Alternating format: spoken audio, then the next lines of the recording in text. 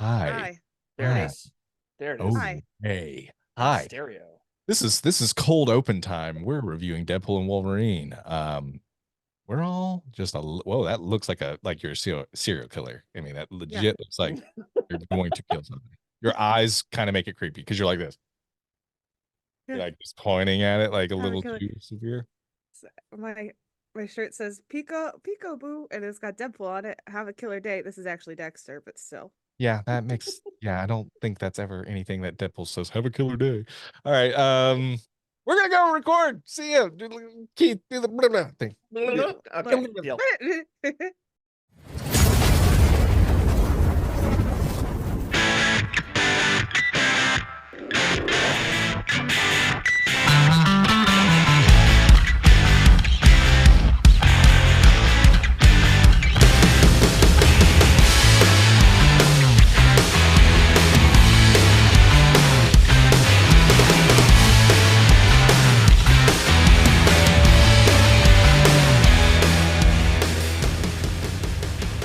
Welcome to the ABINGERS Podcast, where we assemble weekly to binge the MCU and all things nerd, old and new. You can find us on Facebook, Instagram, X, Threads, TikTok, Twitch, all the social medias at ABINGERS Podcast. That is one word, ladies and gentlemen, ABINGERS Podcast. Give us a like, a comment, and let us know what you think of the show. You can also find us on ABINGERSPodcast.com and wherever podcasts are available at YouTube.com/The Abingers. You get to see our beautiful faces as well. So a lot of different avenues for you to consume your Abingers content. But I'm just one of your hosts. My name is Brandon. I can't do it alone. Emmy, how you doing? I was just about to burp. Oh, I'm so glad you held it in. Well, that's how Emmy's doing. She was just about to burp. Keith, how you doing? I'm doing good. I'm still trying to skate uphill, motherfucker. Oh, shit! Guys, if you have not watched Deadpool and Wolverine, please do not listen any further. We do not give a non-spoiler review and a spoiler review. We dive right into it. So please do not listen any further to this podcast. We're warning you now because we are excited to dive deep into it. All right? Guys, if you also want to support the show before we get into it, patreon.com/ABINGERS Podcast. It's $1 today. And we have a new patron here ahead of our review, Brett King. Brett King, thank you. Are you a short king? Hey. Are you a short king? You're a tall king? You're a medium king? What kind of king are you, Brett? Whatever it is, you're our king because you are our newest patron. Thank you for supporting us. Thank you. You are awesome. I have recorded with Brett King before. He is a gentleman and a saint, and he's on Tim Bubb's pod. Him and Tim Bubb do anyone's comic book podcast. Anyone's Comic Book Pod is a friend of ours, Bub and Brett. Hey, happy to have you along with us, man. Thank you so much for joining us, and we really appreciate that. Guys, again, if you want to support us, patreon.com/ABINGERS Podcast. Get a shout-out, access to our Discord, and a library of other content, and a pre-show. You get 35 minutes of extra, just off-the-wall shit that our patrons just got privy to. So, all right, guys, we are jumping in. Deadpool and Wolverine is here. It is the only Marvel Studios movie out this year. It is a 2024 exclusive, the one and only. So, guys, does anyone want to start? Anyone want to jump in? Or we don't care about the order? We all just kind of, we're all just... I think you should go first, Brandon. All right, guys, I'm going to start us out. Deadpool 1 and 2, I've always thought were really, really good movies. I thought they were, I think Ryan Reynolds carries a lot of those movies. He does an extremely good job. And we have done the Jackman saga where we reviewed a majority of Hugh Jackman's movies as well heading into this. And I'm very thankful we did because it really helped refresh a lot of this stuff for me and a lot of cameos that we got to see as well. And I'm just going to say Deadpool and Wolverine is the most hilarious Marvel Studios movie I've ever seen. I was laughing super fucking hard. Like, legit, I was tired after watching the movie because I was laughing so much. So, one, it's the most hilarious Marvel Studios movie I've ever watched. And also, I think it's the funniest Deadpool movie I've ever watched. Because I think Hugh Jackman's deadpan next to him made things 10 times funnier. I thought he had a nice yin and yang where we didn't see that previously. I think there's just such a good counterbalance. I saw this movie for the second time, and I actually had a second opinion when I saw it a second time. I saw it today. I saw it at 4:00, got home at 6:30, recorded at 7. So after my second view, I knew the jokes weren't going to be as funny the second time because I'd already seen them, and things usually don't hit as hard. And I was right. I didn't laugh as hard, but I still thought the movie was funny. And that's not to take away. See this movie because it's absolutely hysterical. Jokes just naturally are going to diminish over time when you've heard them more than once. I think this is a great superhero movie too. When I watched it the second time, I was more in awe of the superhero movie part of it, and I was not expecting that. Coming out of the second viewing, the movie was really enjoyable. The story was really enjoyable. The characters. What a great way to introduce Hugh Jackman back while not diminishing his legacy, which they make a joke basically at the beginning that they're going to diminish it, and they didn't at all. They fucking... It is, and I know several people have said this, even in our Discord as well. Shout out to Smash Trivia John. It is a love letter to Fox, similar to how No Way Home was a love letter to Sony and those Spider-Man movies. This was a love letter to Fox and that entire universe as well. And Ryan Reynolds tweeted something right before we went on the air, talking about, this was not an introduction of Deadpool and Wolverine into the MCU. This was a farewell to a universe that we cared deeply about. And I think that of the Fox franchises. And I think that encompasses a lot and says a lot. I absolutely think they crushed it. I think with the cameos, we'll get to all that fun stuff. But at the end of the day, there's two things. One, absolute hilarious, funny, amazing, laugh out loud moments that I will never be able to take. Again, hysterical movie. Two, a good fucking heart and a good core to this movie and amazing performances by everyone involved. Hugh Jackman is a huge standout to me in this movie. He didn't do a lot of talking compared to Ryan Reynolds. That's on purpose. But my goodness, his face did all the talking he needed to at certain points. And I love Hugh Jackman. What a beautiful send-off. If this is his send-off. And also, at a great superhero movie. That's what I'm so stunned about. This is just a fun superhero movie too, which we don't say often. Usually like, oh, it's this or it's that, or it feels like this. This was straight up superhero to me. And I just enjoyed it. I had a fucking blast. Highly recommend this movie. I fucking love this. I think it's the best Deadpool movie. I think it's the best Hugh Jackman movie. I think it is easily the most hilarious Marvel Studios movie. I'd give it 2 thumbs. Super, super way up. I fucking had a great time. Deadpool and Wolverine. Happy to be here talking it with you guys because I had a blast. So we're going to switch over. Keith, what'd you think of Deadpool and Wolverine? I have to agree with you on most everything you said. It was basically I think it is the best Deadpool movie. I think it's a hilarious, like MCU movies. I know that there's really a lot of funny ones out there, but to get as many laughs packed in, it's like, that's what Deadpool is all about. That's what Deadpool 1 and 2 are so great for. And I agree with you too on the fact that Hugh Jackman plays off him better than probably anybody that he's really been teamed up with or gotten to kind of share the screen with. And then I remember seeing an interview where they were asked that question, how long have you wanted to do this project? And he was like, oh, the first time I saw him play Deadpool in Deadpool 1, I wanted to be the straight man in that duo and play off of him with my kind of, just gruff and angry nature. And we got an angrier Wolverine than any we've seen before. I mean, he got to swear and he got to be silly as well at moments. It's a lot of fun. Lastly, I'll say 100% it being a Fox send-off movie. I think that it stands. It does it very well, very tastefully and very fun way of remembering maybe a universe that didn't really have everything figured out, but that's kind of the fun of it. And, everybody ending up in the void and kind of like it's a brilliant way to look back on that universe that obviously pales in comparison to the MCU, who could really do that kind of success. It's a blast. It's fun. I did see it twice as well. I caught some jokes the second time that I did not catch the first time because they just jam pack it in there. Mm-hmm. And it's and some of the lines, there are some fucking great lines in this movie, and to finally see Wolverine in the yellow, that's my biggest favorite takeaway is the cowl scene. the cowl comes up and it looks fucking awesome. There are some CG moments that are like, oh, okay, but they don't ruin this movie at all. There are other nitpicks I have, but they don't ruin this movie at all. What pisses me off about the marketing of this movie is that it was thought of to save the MCU and put way too much pressure on this movie. And I remember when we watched Agatha and the Cap trailer, I was thinking about that more and more. Like, I just want to go back to enjoying these projects one by one. And that's the way I walked into this one. And it was a fucking blast.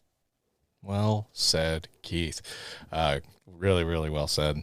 Emmy, stone-faced Emmy. That's why I saved you for last. Because you're but I am assuming if Emmy didn't like this movie, she would not be wearing a Deadpool shirt right now. But I'm just curious, Emmy, what was your Wolverine thoughts? Shirt. Oh, touche. Okay. You guys know that I am a fucking weenie and I don't like blood and I don't like violence. You guys know how I am. Holy fucking shit. This movie was fucking amazing. That first fight scene gave me goosebumps in the theater and I could have left after that. After that, that could have been the movie and I would have been like, yes, they did it. That's amazing. His corpse and Deadpool. That's all you needed. Right there. Yep. That's all I needed. Yeah. I didn't even need to see Hugh Jackman. It was, oh my God. This is probably the best part for me about this movie. There were so many Iron Man 2 references in Happy Hogan's office. Yeah, there were a lot. There were a lot. Oh, shit. Yeah, okay. I saw a couple, and one I really want to talk about in particular, but there was two I saw for sure. Yeah. Okay. I'm excited. I absolutely loved it. I was talking to Hannah about this yesterday, and I think it's number 2 on my list. I think it knocked Iron Man 2 down to number 4. Holy shit. It is the Marvels? Yeah, Infinity War, Deadpool and Wolverine. Deadpool and Wolverine. Marvels. No, Ragnarok. Iron Man 2, the Marvels. Oh my gosh. That is crazy for you to say. Wow. But I absolutely loved the characters. I loved them playing off of each other together. Yeah. I thought it was absolutely genius to have 2 heroes who have the regenerative I'm not saying that right. Regenerative. Yeah, you got it. Yeah. Power. Yeah. So that they could just absolutely go fucking ham on each other. Plus they both have anger issues, let's be real. So every time that they fought was amazing. It was just it was so good. And they got to go so hard at each other. That car, when they're in the Odyssey fighting each other, that absolutely fucked. Like, that was great. Yeah. I did not get anything spoiled for me, except I knew that there was going to be a lady pool, and I had seen dog pool, and that was all that was spoiled for me. And so these surprises in this movie, when I say I involuntarily clapped in the theater at some of the surprises, and I'm an asshole. I am that asshole, but I couldn't stop myself. It was just too good. Loved it. So I'm going to ask a question too. Keith, was anything spoiled for you before you saw it? This is where my biggest nitpicks lie. It's not even with the makers of the movie. It's with the fucking marketing team again. And it's partially my fault for being online as much as I am. I try to avoid spoilers, but I'll be scrolling on Instagram and then I'll see that Sabretooth is in it, or I'll see somebody make a thing with the X-23 in the yellow suit next to Wolverine in the yellow suit. And your brain runs with these ideas and it builds them up in your head. Like, oh my God, they're going to have Sabretooth. That will be probably a great fight, right? And then it's played for laughs. If I never saw that Sabretooth was going to be in this, I wouldn't have had that built up in my head. So it pisses me off when marketing teams don't work better with, and I know Ryan Reynolds gets involved more than most. It's just, I tried to avoid that kind of shit, but that is the only nitpicks I have. Those are the kind of things that were spoiled, and then I had to stop going on my phone, period. So the only thing that got spoiled for me, and I didn't watch the trailer, there was a trailer that apparently dropped. I still haven't seen it, and so if I'm wrong here, please forgive me, but I think a trailer dropped that included X-23 in it, which was a pretty big reveal.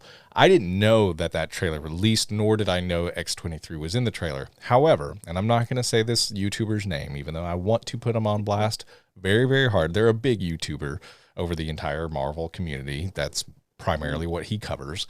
I'm just going to say the thumbnail was X-23, and I went to And I don't follow him. I'm not subscribed to him. But hey, you like Marvel stuff. You may like this. So he shows up on my feed periodically, even though I've snoozed him and tried. Now I don't know how I haven't blocked him. I've tried. It just somehow this motherfucker creeps back in because his channel's pretty big.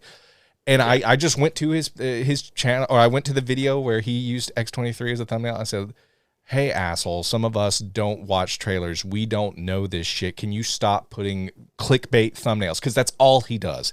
All his thumbnails are just pure clickbait so he can make a check off of YouTube. And so, that's great.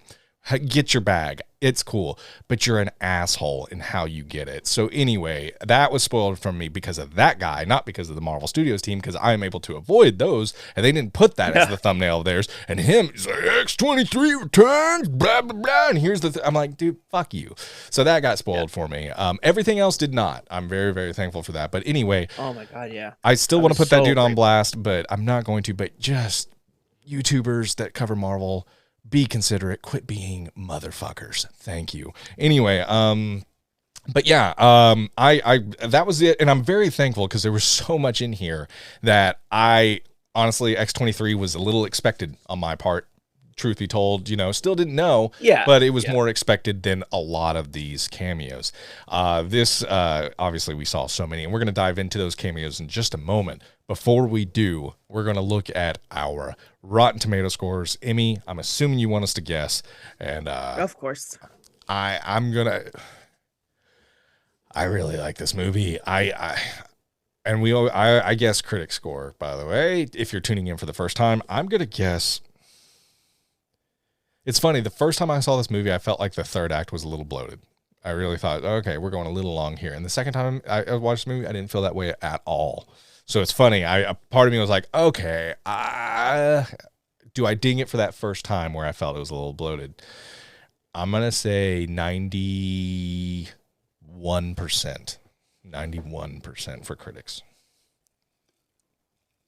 I'm going to guess because I think that critics are pricks when it comes to Deadpool movies in general. It's going to be a little lower for critics. I'm going to guess 82.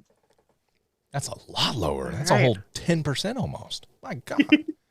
I thought you were going to go like 87. It's still like a B+ in school, right? Not for my school system. That was a C for us. Oh, no. Yeah. Oh, that's a B for my school. That's a B for your school? I need to go to your school. Damn. Yeah.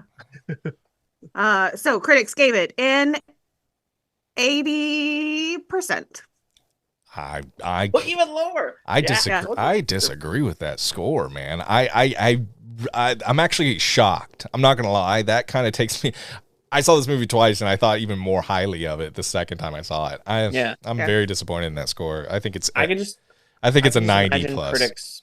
I can just imagine critics being like, "Oh, it's just swearing for swearing's sake and all this stuff." Oh, the way just don't watch the movie. Yeah, sorry. Yeah. You know what for you. This isn't for you. When you can create an original story with two seasoned characters, pay off a whole entire franchise worth of stories, as well as tell a good superhero movie wrapped up all in it, that to me, that is and top it off, the most hysterical movie I've seen from the Marvel Cinematic Universe. I think this is in the 90s. I'm just stunned at that. I really think they did such an outstanding job. Anyway, sorry. Audience scoring me. I apologize. All right. So audiences agree with you, Brandon. Audiences gave it a 97%. Nice. I got chills. Is that the highest audience score? 97 is fucking high. Sorry, I don't mean to. That's awesome, though. Well deserved. I hope they focus on that because that is so fucking well deserved. Good job on general audiences for showing up there. Good stuff. I agree. Oh, yeah. I agree with it. I am that bitch. IMDb gave it an 8.3. That's great. That's great. 96% of Google users like this movie, and it did have a working title. The working title was Tidal Wave. I kind of love that, and I love that the audiences are showing up here, and I love that all three of us liked it as well. That is consistent with those high scores we're seeing. Absolutely fantastic. Speaking of cameos. Anyway, yeah, I let's just first off, I want to paint a picture of the overall narrative of this movie, and then we'll get to cameos, and then we'll get to, because again, the comedy, guys, we're just going to be three fanboys and fangirls just sitting here just recounting jokes. You guys have to see the movie because, one, it's Ryan Reynolds' delivery, it's Hugh Jackman's response, or anyone Ryan Reynolds opposite of. How they play off of him is so crucial to making those jokes even go further. Anyway, it's just so phenomenal. Anyway, but the overall plot of this, and this took me a second, guys. Actually, the second he's Cable, when he had the watch, he jumps around different timelines. He jumps into the MCU's timeline, and he's like, "Hey, I want to matter. My girl and I were kind of on the outs, and and what I love about Ryan Reynolds is he can go from fucking hilarious to making you just want to hug him. Like he's a fantastic actor. He really is a fantastic actor. And the heart. Yeah. And it's so funny. Hugh Jackman, I was watching First We Feast with the Hot Ones, and I didn't realize Hugh Jackman's nothing like Wolverine. Because I was like, God damn, he's a great actor too. So both of them fucking phenomenal. Anyway, I just always thought Hugh Jackman was just a pissed off dude who smoked cigars. No, that's Wolverine, by the way. That's Wolverine. So Music Man. I just, when I saw how beautiful and pleasant Hugh Jackman was, like while eating hot wings, so cute. He is just such a pleasant person, and for him to play Wolverine so fucking great. Anyway, hats off to both of them. They're both fucking. Anyway. Ryan Reynolds, but he hops around different timelines. He goes to the sacred timeline, Earth 616. This was really, really imperative because he was talking about wanting to be an Avenger right before the events of Infinity War, which I thought was very interesting. Couple call outs in that Happy Hogan scene there, Emmy. The Captain America shield, which is from Iron Man 2, and the Iron Man helmet, which is rumored to be little baby Tom Holland, Peter Parker. That is a rumor and it's right next to the Peter Parker and Iron Man image, which is really cool as well. Which they put the helmet in front of Peter Parker because if they used a picture of him, it would count as him being in the movie. I did not know that. That's a fucking. I did not know that. How do you know that? How did you? What's the?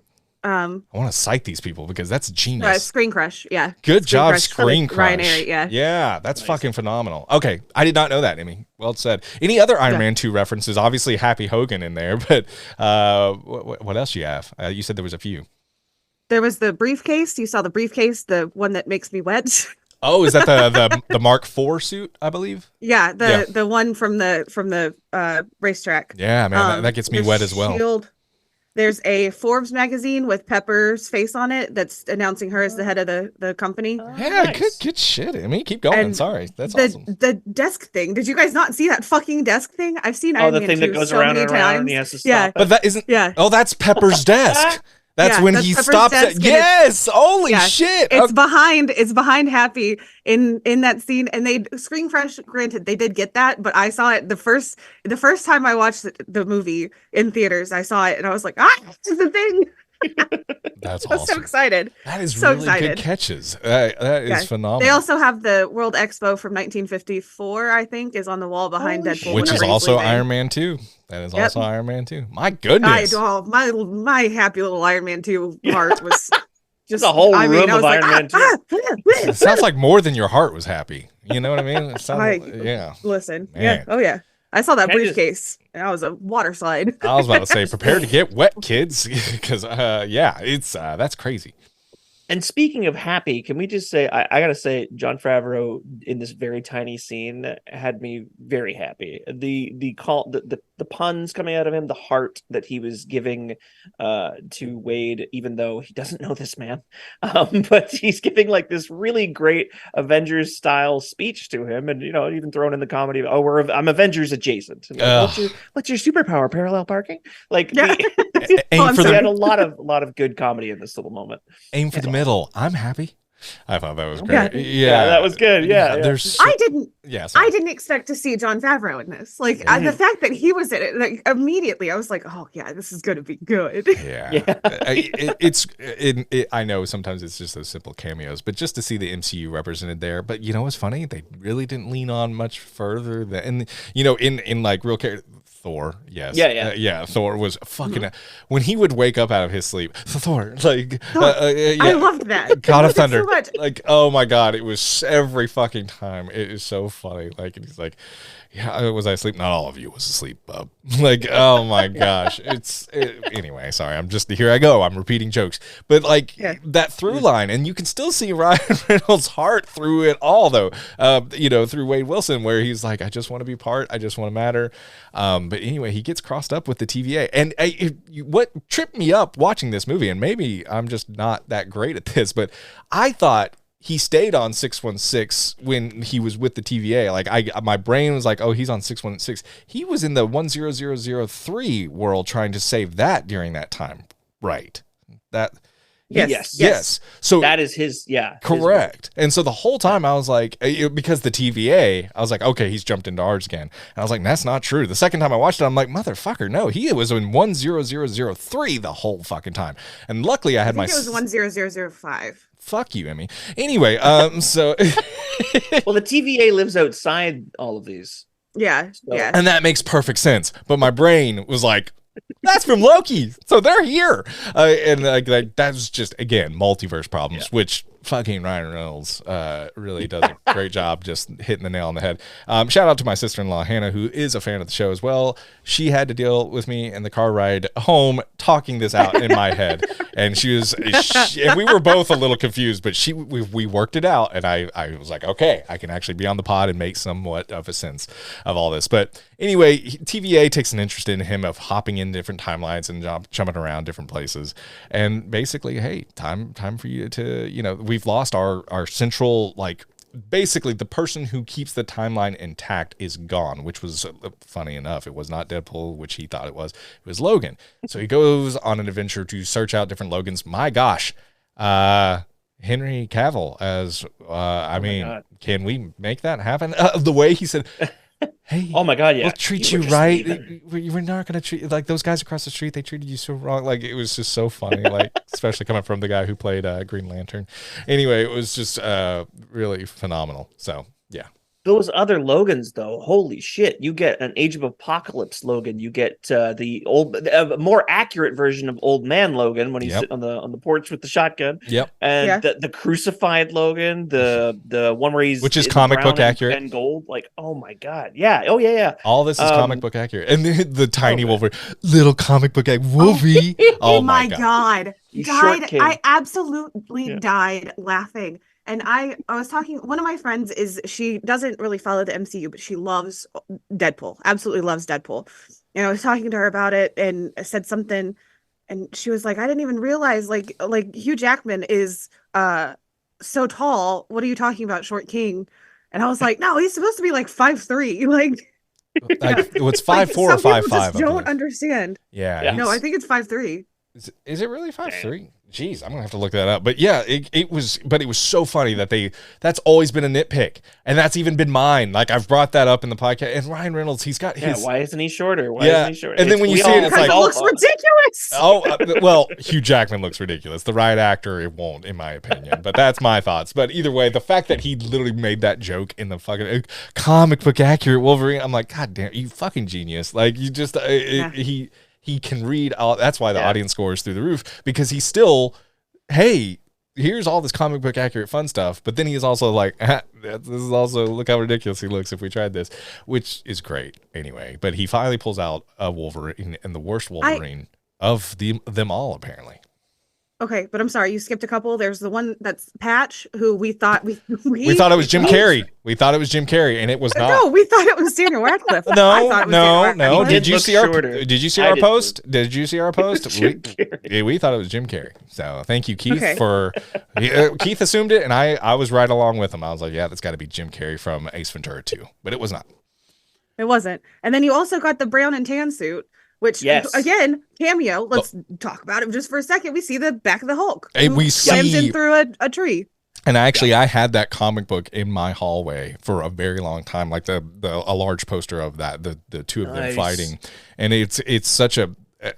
I just want to see Hulk go back to the Raging Hulk again, and they keep calling it back. And we see Red Hulk in the new brand new World trailer.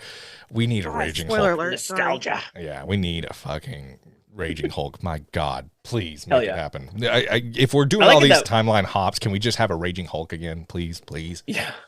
They even call out a Ryan Reynolds anyways calls out a Canadian artist that did the brown and gold suit, John Byrne, which I loved. Yes. That he's just throwing a bunch of Canadian stuff in there. As a Canadian, I have to say, him saying "Get my country's name out of your fucking mouth" was one of my favorites.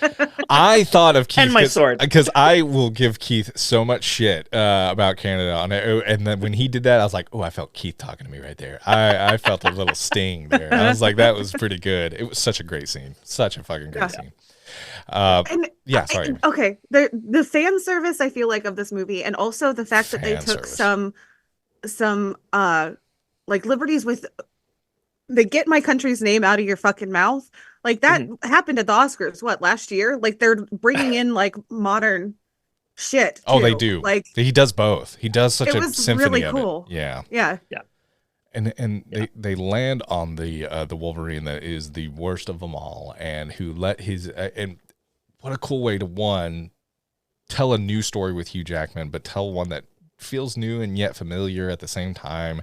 And also the blue and yellow suit looked fantastic. Even without the mask, I thought it was honestly one of the best superhero suits they've ever done. And I said I wouldn't hear a word of it. You guys already went off on it in a different podcast. Okay. Fucking loved it. I absolutely loved it. It was wonderful. And like also just the story behind why he wears it too. It felt so fucking like that's what everything had meaning behind it. And that's why I think this movie is fucking phenomenal. It's not just like because they could have just made a deadpan joke of like, well, this dude's never worn it in 20 years. And they do talk briefly about like 20 years. But my goodness, they gave it heart too. That's where I think this movie just ultimately is fan service to the highest order.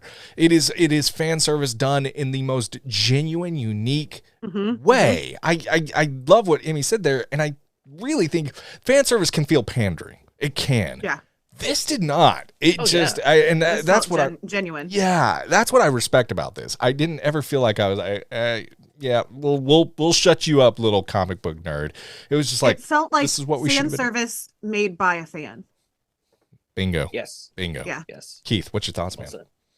I was just gonna say the exactly what you're saying about the costume being relevant. It's not just fan service. It's not just thrown in there and then we all go, oh yay! It's like no, we made it part of the story. We made it help explain. And that monologue, that third act flashback, as you're gonna come to call it, yes, when he's explaining to X-23 why he wears it, and he even says to Cassandra Nova, I'm wearing this suit and it means a lot of things, but for one, it means I'm an X-Man.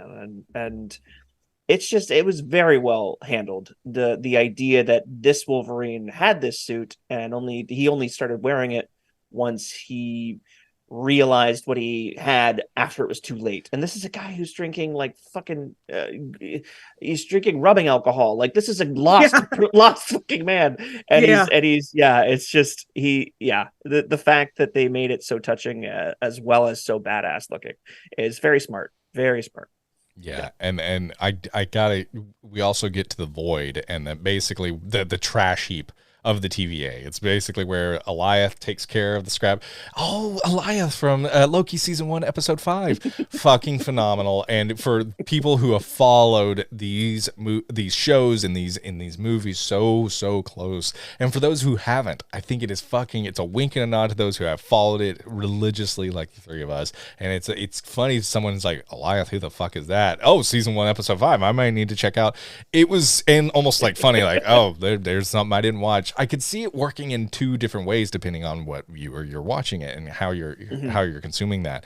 But obviously, we see the Void, and it is run by Cassandra Nova, which is played by Emma Corrin. And guys, Emma Corrin, I thought she did a phenomenal job. I again.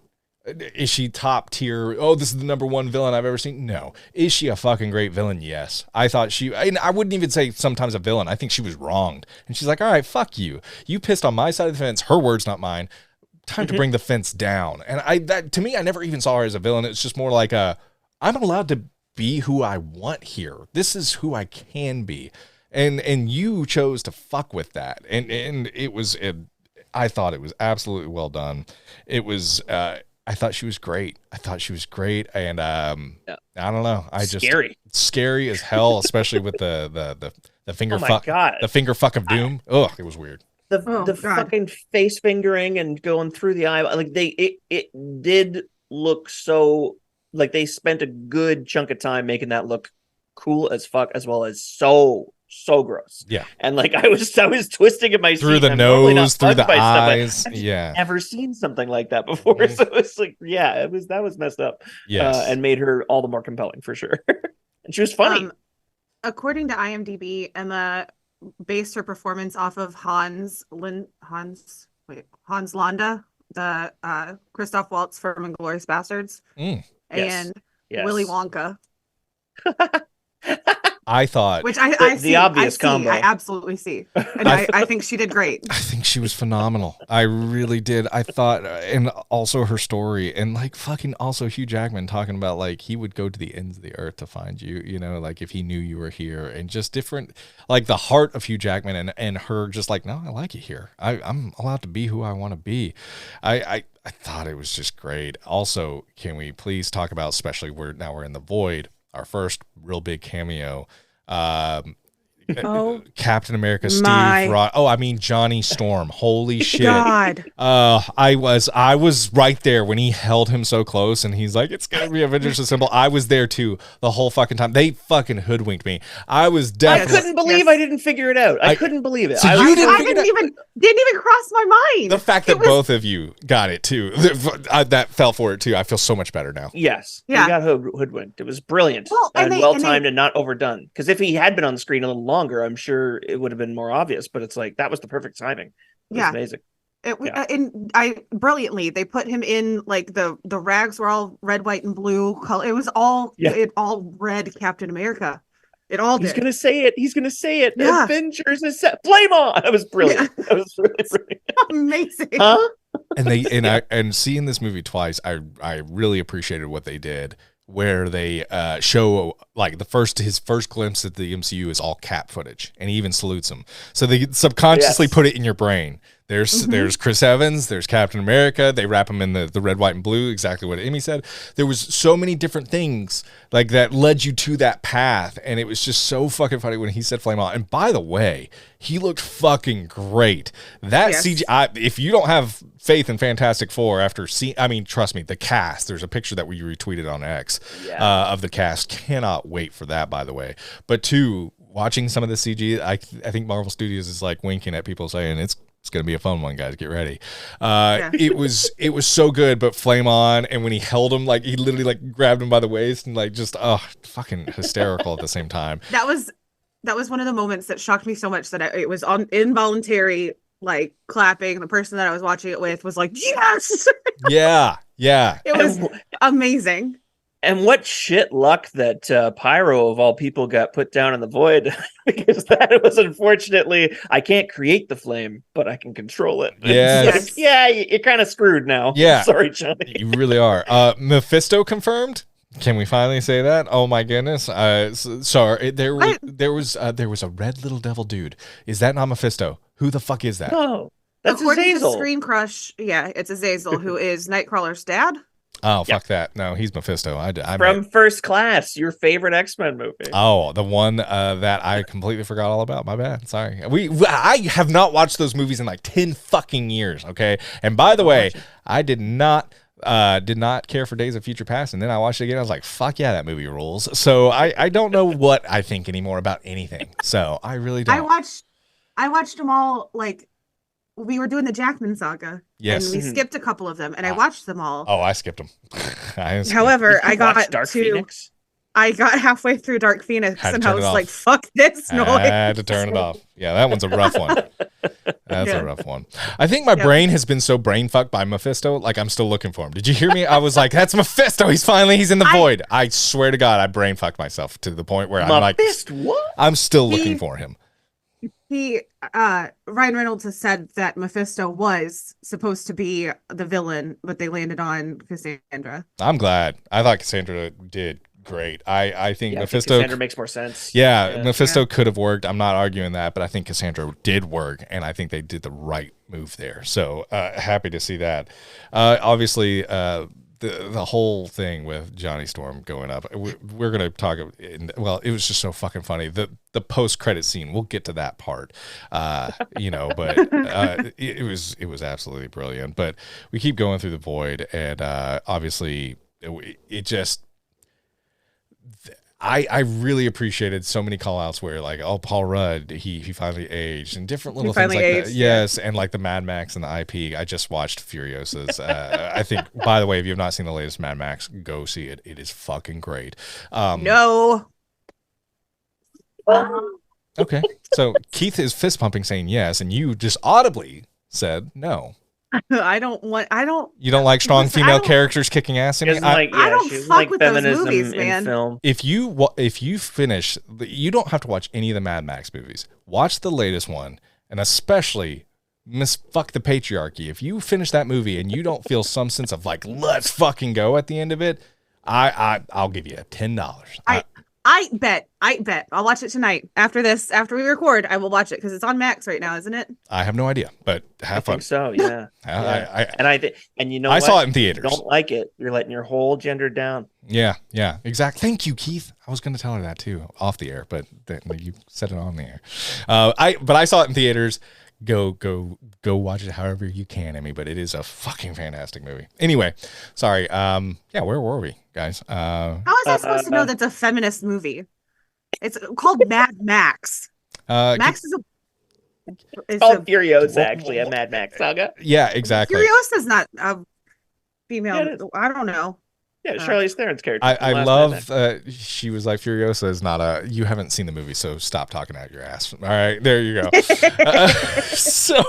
And I love all the Mad Max movies. They're fucking great. And it's funny, I didn't think I'd really be into them, and I really have. And every single one of them, they've been great. Anyway, you're here for Deadpool and Wolverine. Sorry about that, guys. But how can we not make the same reference that the movie made? It literally is right in front of us. But yeah, we see so many. We finally find some outlaws that are among this escaped world. But between that, Deadpool and Wolverine have fights. They come to blows numerous times. There's 2 amazing fight scenes between them. One in front of the 20th Century Fox logo that is completely crumbled, and one in the van. So guys, oh my God, both of these, and I'm going to give a shout out to Scarlet Wit. She is one of our listeners and a fantastic friend of the podcast. She talked about in our Discord him crawling and running like at the same time, and she's like, holy shit. And I completely agree. This was a different Wolverine, and it felt so right, and it was yet played by an actor we've entrusted for 20 years to play this character. It was literally like, here's your cake, and you can eat it too. Like, that's exactly, like, you gave us everything we wanted out of the character and still gave it to the guy who deserved to be able to do it. A lot of times you just put him in the suit, right? And you could no, you're exactly right, Amy, because you could have just, okay, we'll give that to the new cast, the recasted guy that we bring in, and he's going to do these things, and it's a quick win that we can have and say, oh, look, but we did it for this guy. They gave it to Hugh, and a part of me really, Kevin Feige was a part of those original X-Men movies. Yeah. He was tied to that, so you can't forget that, but even if he wasn't, he still did it in No Way Home, and I think he just has a love for these characters and these actors who spent years playing them.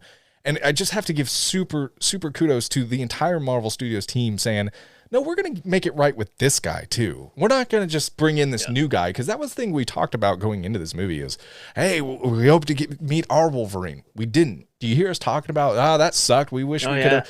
I didn't think that one time heading out of the theater. I thought. I did. I said it out loud. Oh, Amy's a bitch. So, but I really think with Hugh Jackman, they gave.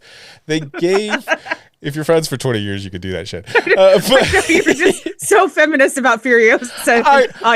She's a bitch. I am pro women. I'm anti Emmy. All right. So,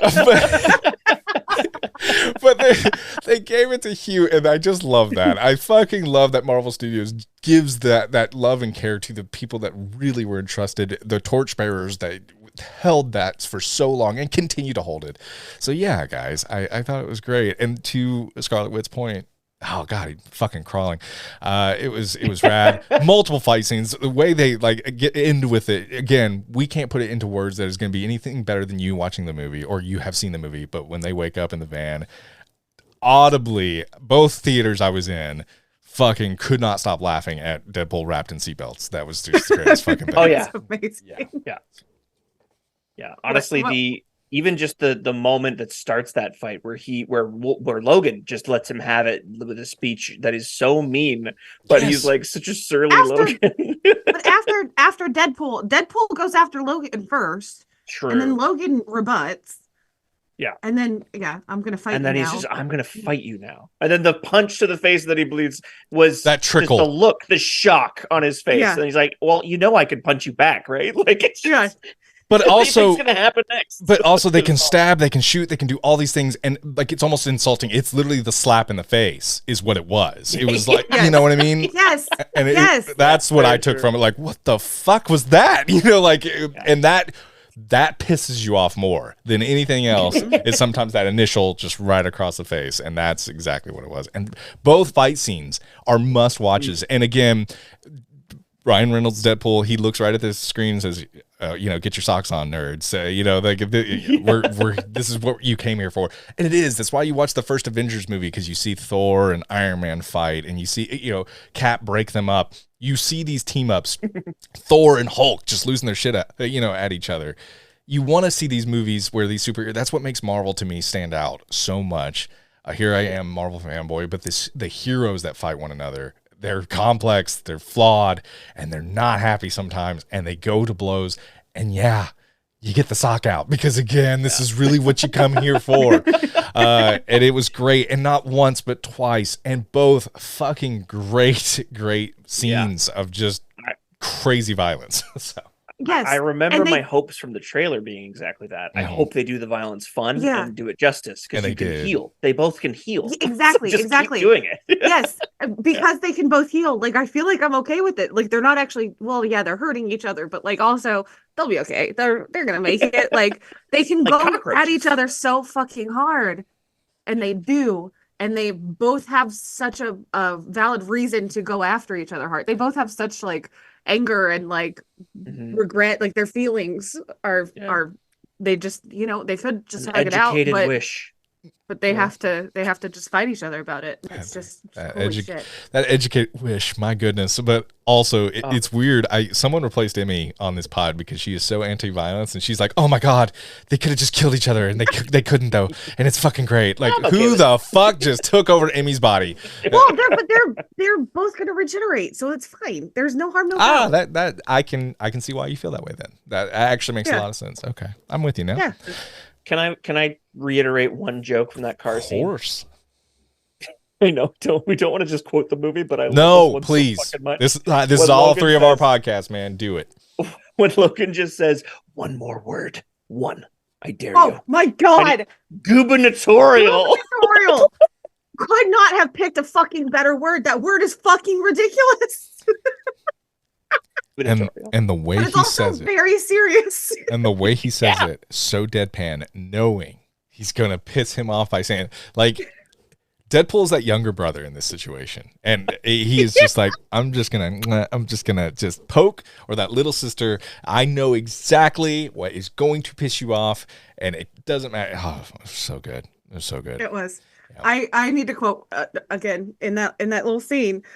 Whenever they're on opposite ends of the Honda Odyssey, and Deadpool, it's almost sexual the way that he says it when he says, I was wrong. The Honda Odyssey fucks hard. Oh gosh. That scene is, I think, superior fight scene, in my opinion, aside from Wolverine going on all fours. Like, that scene is just God. It's amazing. And then the music too. Yeah. Did you guys hear there's just a teeny tiny little snippet of The Greatest Showman that comes out. Yes. I didn't catch what the second song was, but it was Greatest Showman, and then they land on Grease. Yeah. Better shape up, because I need a man. God. And so they finally take this van further along, and they find well, actually no, someone picks them up and drives them. They're tired. They're beat to shit, literally, and like so they get driven, and we find the biggest cameos. And I'm so glad they were not spoiled for you all as well. And I hope if you're listening, they were not spoiled for you, or at least not to unintentionally, and you didn't get this experience, because seeing Elektra and also the Daredevil joke they make, Ben Affleck, oh, it's hilarious. Daredevil, Elektra, Blade, and Gambit, all there. And then X-23 comes out last. X-23, when she was walking, someone in my theater goes, "That's X-23." I'm like, shut the fuck up. Anyway, sorry. I was a little bitter by that. But either way. Oh, I'm sorry. Okay. Just a little off topic. At the very beginning of the movie, whenever they're showing the Marvel Studios logo, and Deadpool singing along with the music, I thought it was the fucking idiot in front of me, and I was about to fucking head punch him. I'm glad you didn't. Thank God you waited. I am so glad you didn't. I was about to just be like, that motherfucker. And he would have looked at you like, and you would have gotten thrown out, and we would not be having this review tonight. Yeah. So Emmy can't see any movies in the greater Knoxville area because. But no, it was. It was the cameos were out of this world. They were all fantastic. And there was, at the end of the day, one, never expected Gambit in a million years. Not a fucking clue. Zero clue there. Wesley Snipes and Ryan Reynolds, there's rumors that they just didn't get along really well on set when they worked together on the, I think, Blade Trinity movie. And so for Wesley Snipes to be involved is huge. Elektra, I honestly know, this is not to be a dick, I forgot about, like, this was rumored off and on, like Multiverse of Madness, I believe she was rumored for, and then she kind of like fell out. So I just did not. All three of these were so fucking great to me. And the meaning, again, where you bring them out, and not only like, here's three that or that were going to be casted and all these different things. The heart around it was the legacy that these actors played and wanted to go out, or just have the opportunity in Channing Tatum's case. I thought it was just so fucking, it was a love letter to, again, the legacy. And hey, we didn't even get a chance. Wesley Snipes says something very poignant. He says, we didn't even know our universe was dying. We didn't even know that it was, and this didn't have a chance to fight for it. Right. Yeah. That's a wink and a nod to general audiences that they really cared about these characters that they played and put a lot of love in. And we put a lot of, look at the Marvel Cinematic Universe and look at this and look at that. There's still some of these that feel like they just are in a void. I really think there's a little meaning here. And I thought that that's where the heart of these cameos is not. You can say, well, like they filled that up. They got that filler. Yeah. Wink, wink, nod, nod. Remember this. It's there. Yes. The movie is meta on several layers. Yes. It's more than just a wink and a nod into the camera and making a quip or a joke. There is a lot of layers to this meta, and it's the metaverse of it all, and it's fucking brilliant. All three of these guys were surprises. I didn't know any of them were in this. I was so happy that did not get spoiled for me. Same. So glad. Elektra having her moment where they say they're listing all the people who died going up against Cassandra Nova, and they say Daredevil, and I'm so sorry. It's fine. Yeah, because that was her ex. Like that's so funny in real life. And real life, fucking layer. Like Oh, and the other thing with Gambit stole the show. Second time watching, especially, I was more in love with the fact that they did Channing Tatum's Gambit, and they did it well, especially after we watched Taylor Kitsch play him in the fucking Wolverine Origins. Nothing against Taylor Kitsch. I like him. That's not Gambit. That's not Gambit. But that wasn't Gambit. And the fact that they did it so fucking right to the point where he got to play with the accent so much. Oh. And I understood everything he fucking said. But when he got not to a say... word. There was at least 3 lines of dialogue. I was like, what? At least 3. At least. The best one, when they say that Juggernaut's helmet is the only chance, and Gambit's like, we know that helmet ain't gonna come off without that dome coming off with it. Yes. And he goes, "Who is your dialect coach? The Minions? Minion." Oh the my Minions. I can't tell you how loud I laughed at that scene. Like I thought that was the he's like, I'm sure you're like what we're trying to do is add context here, and you're not doing a good job at all because no one can fucking understand you. He says that in a roundabout. Well, Gambit's trying to say we're is missing. We're missing. Yeah. And Emmy, but then whenever he's joining the team and he says something, he was like, "I came out of my dad's dick ready," or something. He says something really disgusting. Yes, it felt straight out of 21 Jump Street, and that he understood. He was like, "That was graphic." Yeah, that was hilarious. I gotta ask, because Keith, a resident Gambit nerd, man, I have to ask: did this? I mean, I can only imagine your audible gasp when you saw Gambit come out. I'm just curious. Overall, I know the accent was heavy. You understood it the whole time. What was it like? I loved it. This is really, I feel like, truly, and this is no shade on the act. I think it's more the writing, not the actor. I really believe that. So just want to preface that. But seeing Gambit on the screen, really, truly Gambit, what was your thoughts here, seeing it for the first time? And Did it live up? Did it make it better? Yeah, did it live up? Did it make it better? Yeah, give us 100%. Because we had that whole conversation about like who did they miss more in Origins, Gambit or Deadpool? Yeah, and we landed on. It did make it better. I was so much more mad about Gambit being done poorly for some reason, and especially rewatching it recently. But I even waffled on the rumors when I heard that Channing Tatum wanted to play him. There's parts of me that I've loved Channing Tatum and stuff, and I was like, okay, I could see that. That would be pretty dope if done right. And then I saw Taylor Kitsch play it, and I was like, what the fuck? How are they going to do this right? Like, are they going to do it right? Are they going to fuck this up? Because I don't want to see that happen with or without Channing. But right. No, seeing the costume look great, seeing the joy when he's in that fight scene, the moves are right. He threw in some Magic Mike fucking breakdancing. He was joyful when he's boom and blowing people up. It was so well done, Gambit. It made me so happy. Short as it was, I was still very happy. Blade was amazing too, and Elektra was amazing too. That standout thing of I did not know that was coming, and I'm so glad it happened. Yeah. As soon as I saw that card, I was like, I didn't know Channing Tatum wasn't the first place that my mind went, but I was like, oh my God, they're gonna rectify fucking Gambit. And it was they did. Especially after Remember It. Like that whole episode in X-Men 97, it's like, okay, everybody wants Gambit so bad right now. And then they just snuck it in there. It's like, here's a really great live action Gambit. I was like, yeah. Amazing. And the fact that he had the whole face condom too. Or what do you what would you call that? I would call it an ineffective condom because there's a big fucking hole in the top. There is a big hole. Right where all the holes are. That's bad. On Drag Race, they call it a face kini, but that's covering up more. Let's call it a face kini, though. I think we just stick there. I think that's great. Okay. Yeah. I will say this. One, I am so happy that it wasn't spoiled for you, Keith. That is awesome. Because, again, you can only get that feeling once. You know what I mean? Yeah. And for it to be the proper, like, actual cinema version you saw rather than, I read it on IMDb on accident. Someone put his name down. Or someone on Twitter tweeted a clip of this or whatever, or a picture of that.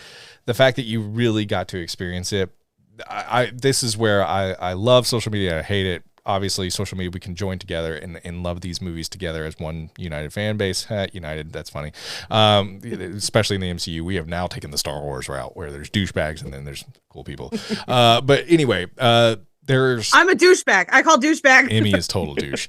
But also where I'm like hoping when I'm watching it, I'm like, I hope Keith gets to see this for the first time the way I just did.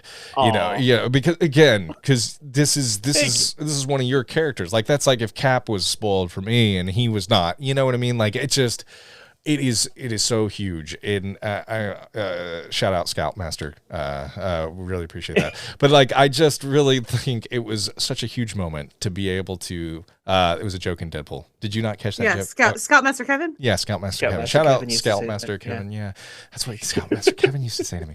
Anyway, I'm over the moon, and they all played it so well. It all went perfectly with the plot, and they all just got their roses, and they all deserved it.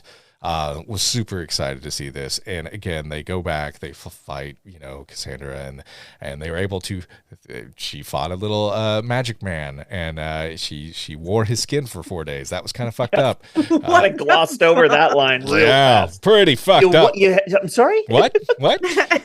But and they finally get back to where they're with the TVA, and they're anyway, and then a shit ton of Deadpools happen. But anyway, we're gonna pause there. all the cameos, all the good stuff, guys. Any final thoughts there? Oh my God. Oh, my notes are fucking all over the place. And I just want you to know, it is just one page of notes, but like, oh, good Lord.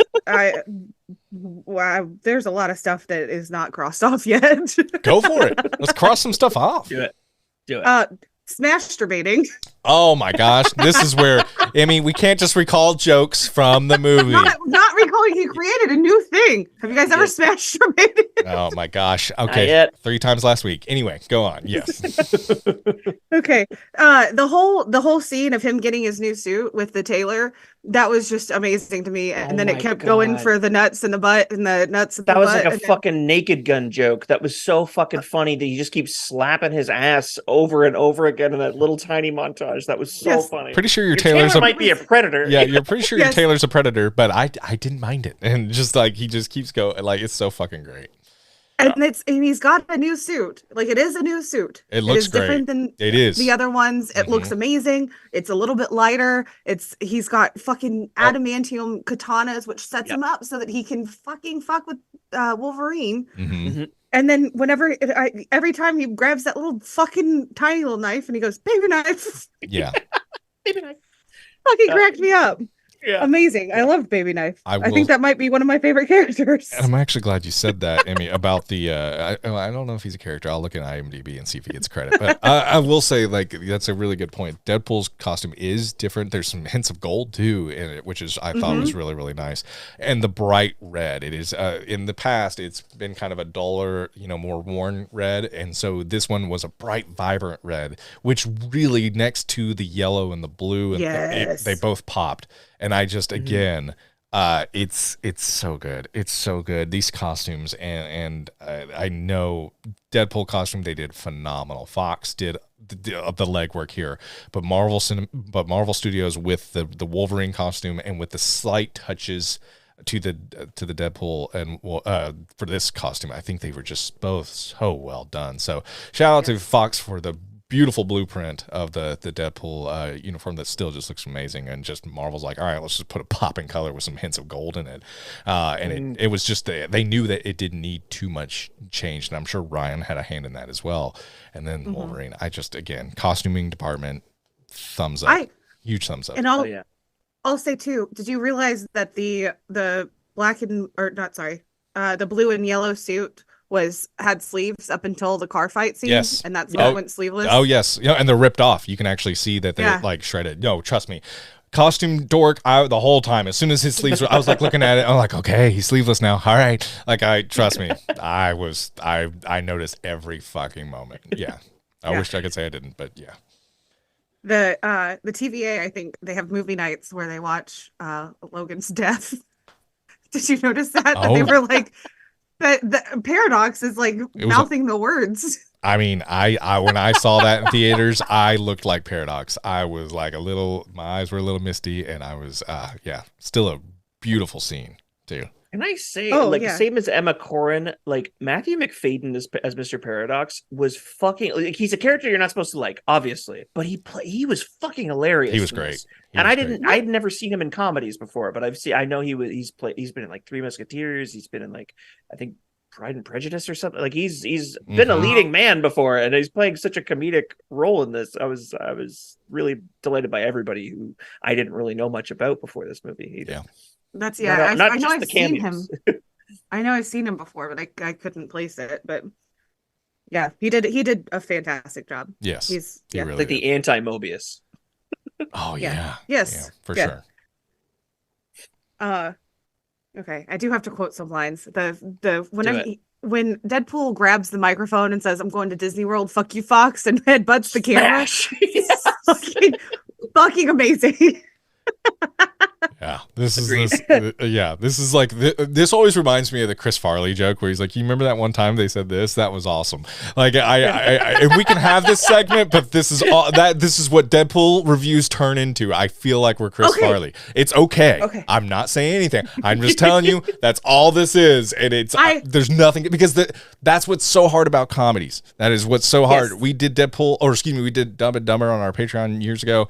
That review was all just me like that one time time they did that, and it was fun. I hated listening to that review. Anyway, sorry, and that's just me. That is just okay. Me. So let me say that to make a broader point. Okay. That I loved the fourth wall breaks here.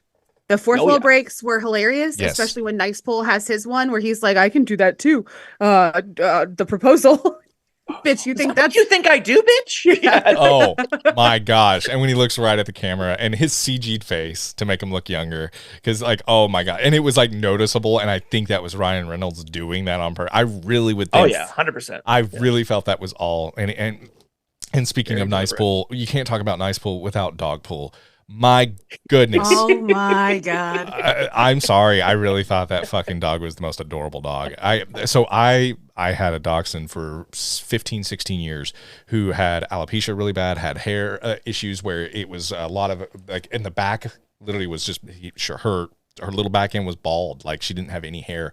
And she looks. That's how my cat was when I got her. Yeah. And so when I saw that little butt through the costume and like where it was just there was no hair on it. Hey, shout out Ellie, and shout out to our listener Brandy. She gave me a painting of Ellie, and again, I thought I'm being kind of stupid here, but I really thought what a beautiful dog because you could just tell it was loved. You really could, and having a blast, and I think it was voted the world's ugliest dog. Like it was world's. I think her name's Peggy. Yeah, and just Peggy, that's even more hilarious. Yeah, it's not the first time pegging. It's new for Disney.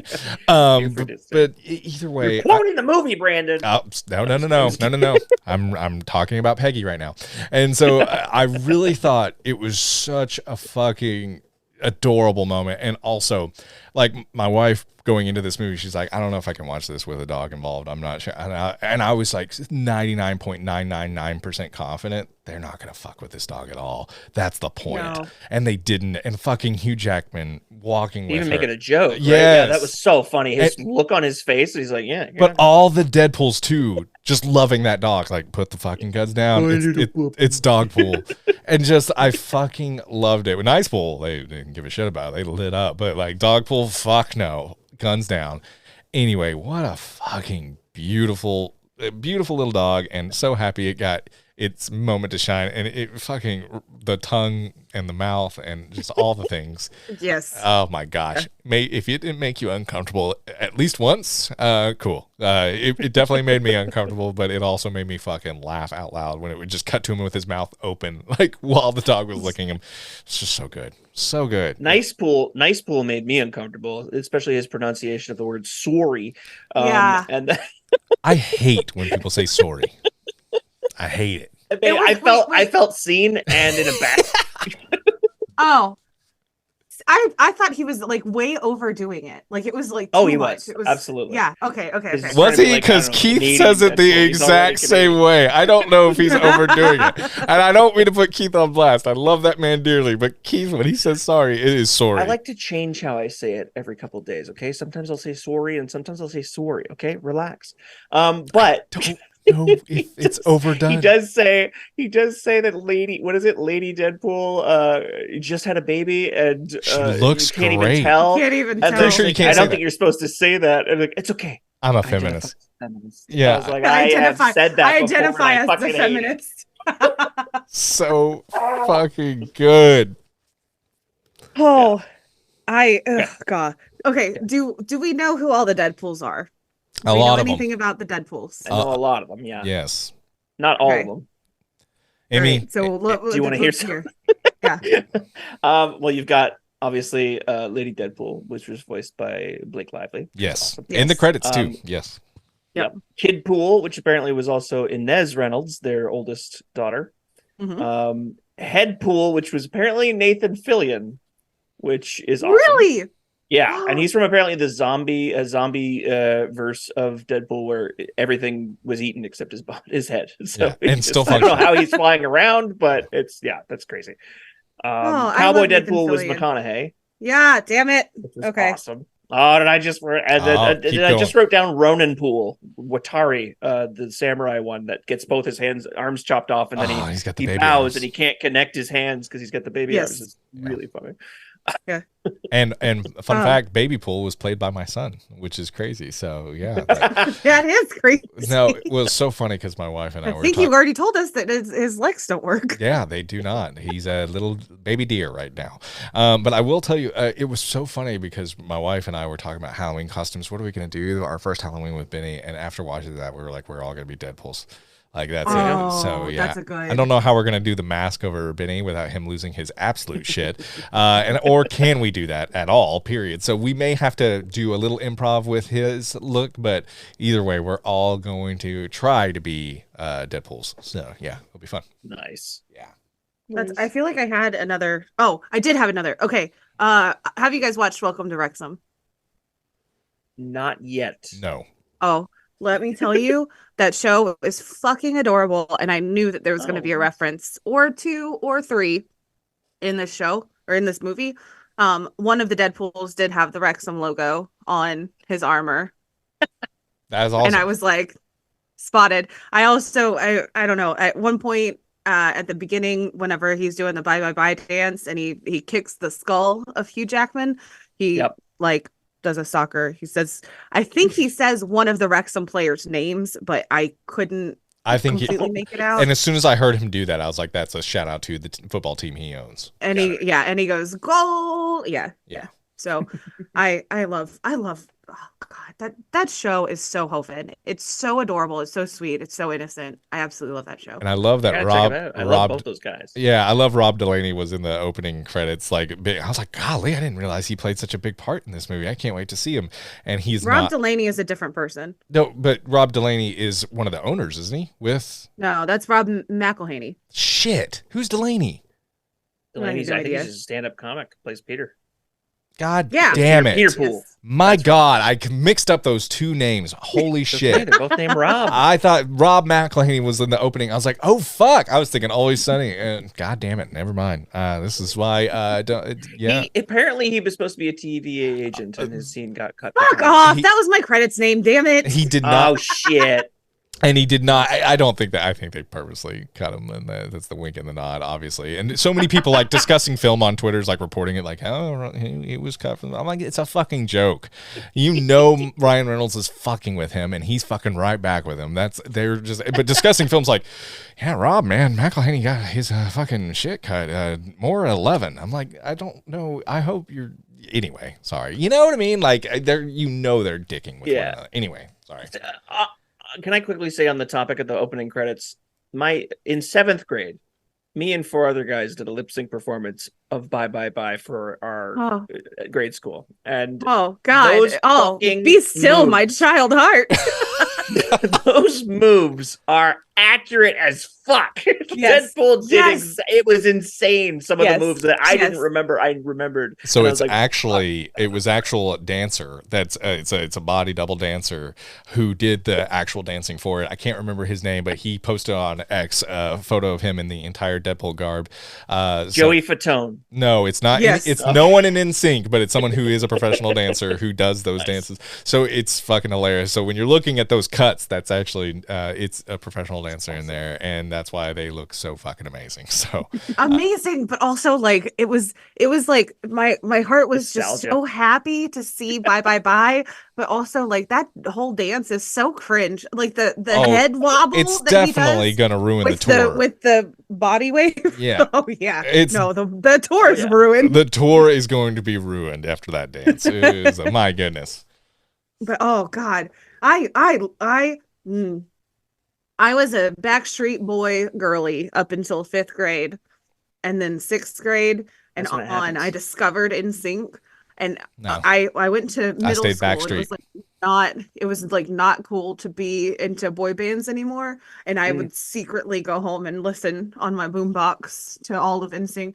Celebrity, I have the American release and the Chinese release of Celebrity, and that was like my hype up song before I took the ACT and before any job interview that I like. The job that I have currently 10 years ago, I was in the parking lot fucking blasting Dirty Pop.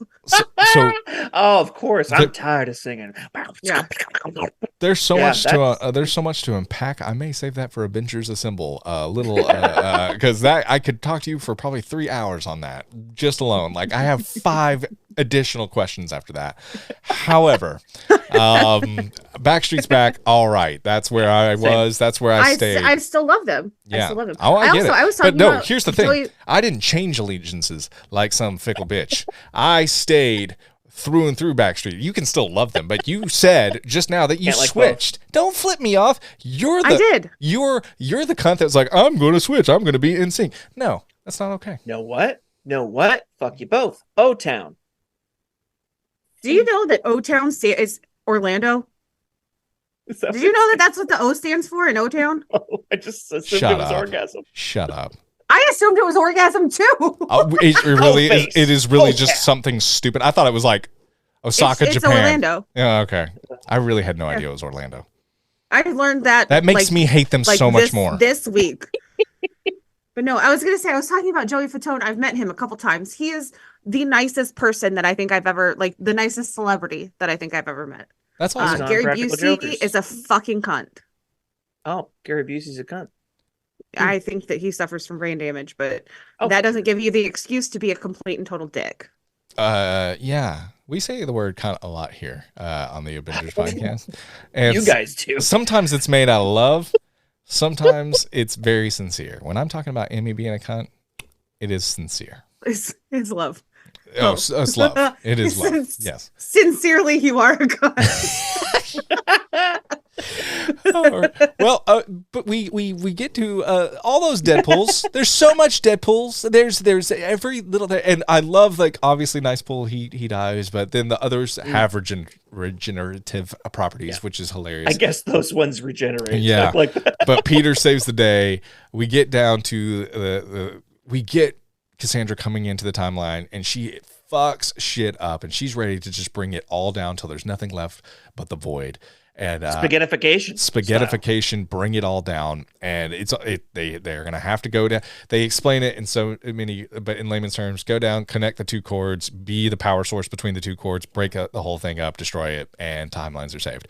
And it's gonna be a choice. Is it gonna be Wolverine or is it gonna be Deadpool that gives themselves to this? And this was very Guardians of the Galaxy 1-ish, which I do not hate, because that is one of my favorite MCU movies of all time. So obviously holding the Power Stone and all of the Guardians kind of holding it together, and they sharing the power. Yeah, and again, this was very similar with Wolverine and Deadpool.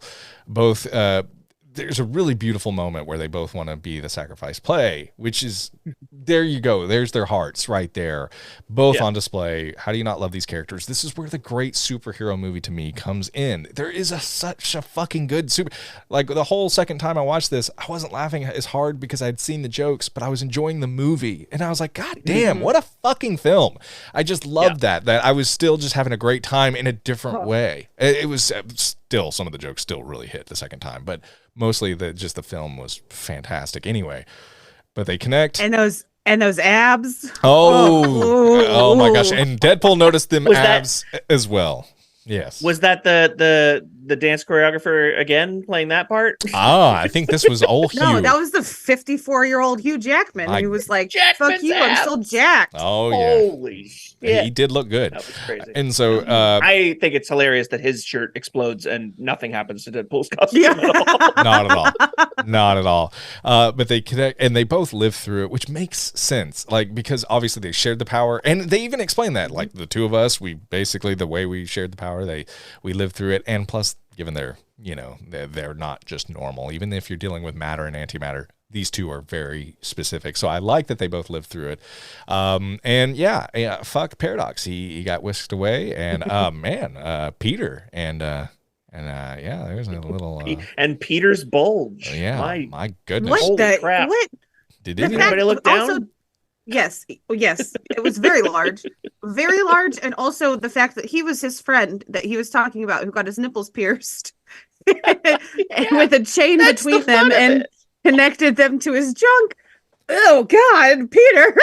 And it's connected under that Deadpool suit. And he's like, "Yeah, that's the fun part." Like, he says it like, "Yeah, that's the fun part." Yeah, when they were talking at it, but he impressed the TVA in more ways than one. I will tell you that. So. Yeah, Hunter B-15. Yes, There's the love story right there. It was an everything movie. It had everything. It did. And Vanessa and Wade get back to, I assume, get back ish together. Let's not kinda. rush them. You know what I mean? Yeah, Let's wow. just let it happen organically. Yeah. Touching hands, that just means all of a sudden boner alert? They just need to sit and watch MILF Manor for a while, have some popcorn, take it slow, you know? MILF Manor is hot as fuck, man. Well, I mean, that's the reason I would tell them to watch that instead of I don't know, No, Friends. I'm just kidding. It's not. It's a goddamn car crash. It's awful. I can't look away.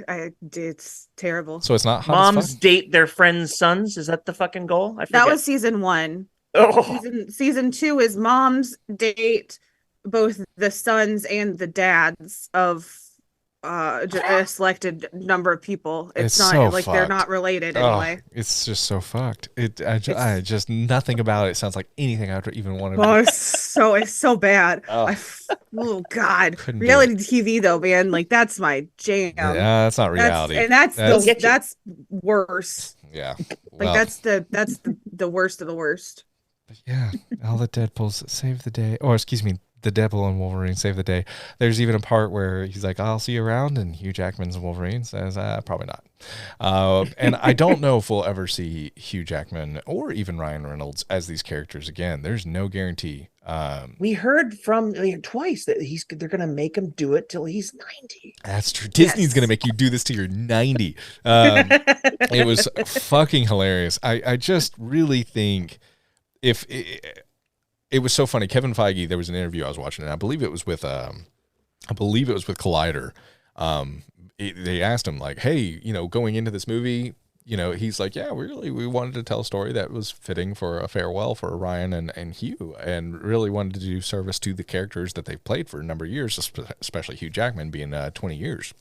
And he said, "But now that we've made the movie and we're, and the audiences were really taking to it, we're all talking now, and we're all like, that was fun.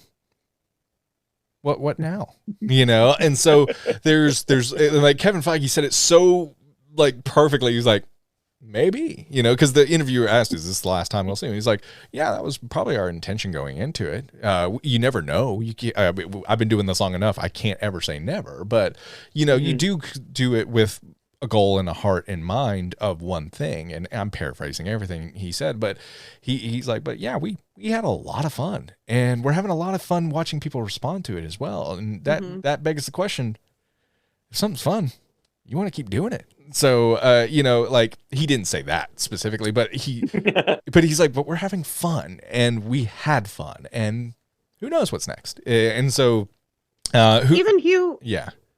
Sorry, even Hugh Jackman said, like, after Logan, he was like, "I'm absolutely done." Mm-hmm. And Ryan kind of like reached out to him and like was kind of like pawing at him and like, "Well, yeah, but like, yeah, like what, like what if, and then he said it hit him like a lightning bolt to the gut when he was driving somewhere, and he was like, "I want to do this." Yeah, and Kevin Feige talks about that also in the interview. Like he was like, we were making it without Hugh Jackman in mind, and we were just kind of stuck at, well, where do we want this and where do we want that? And that's when we got the call from Hugh, and everything just fell into place after that.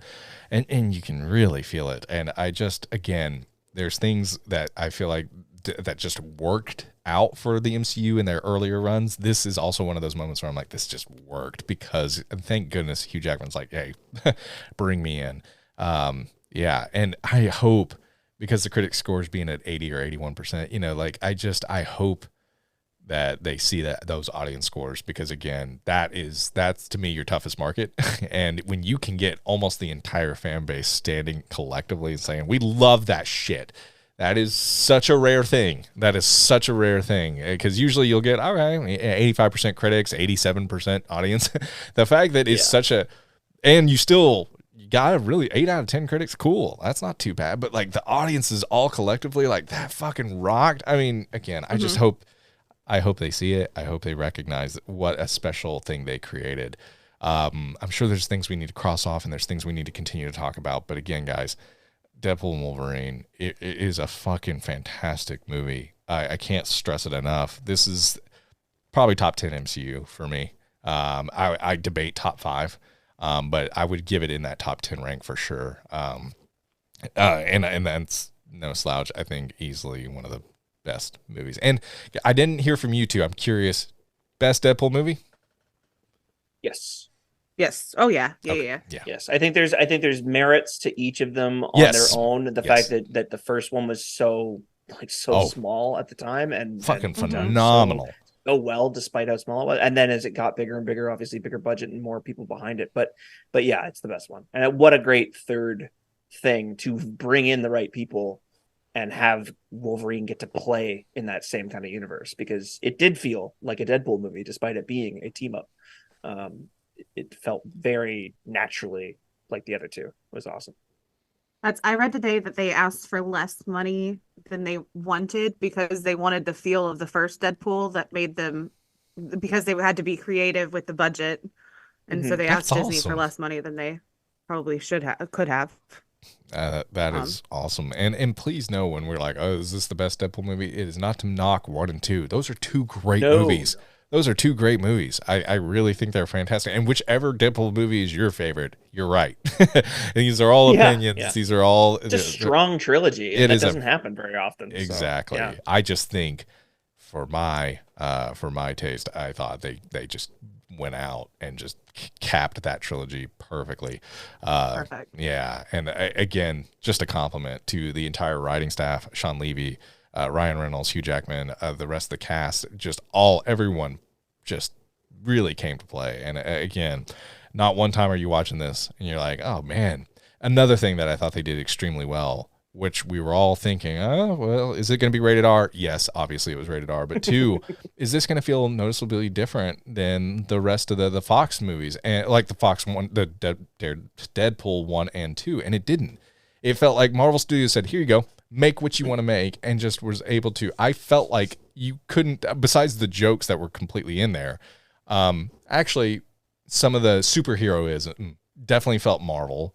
But I thought the movie, but I'm also a Marvel fanboy.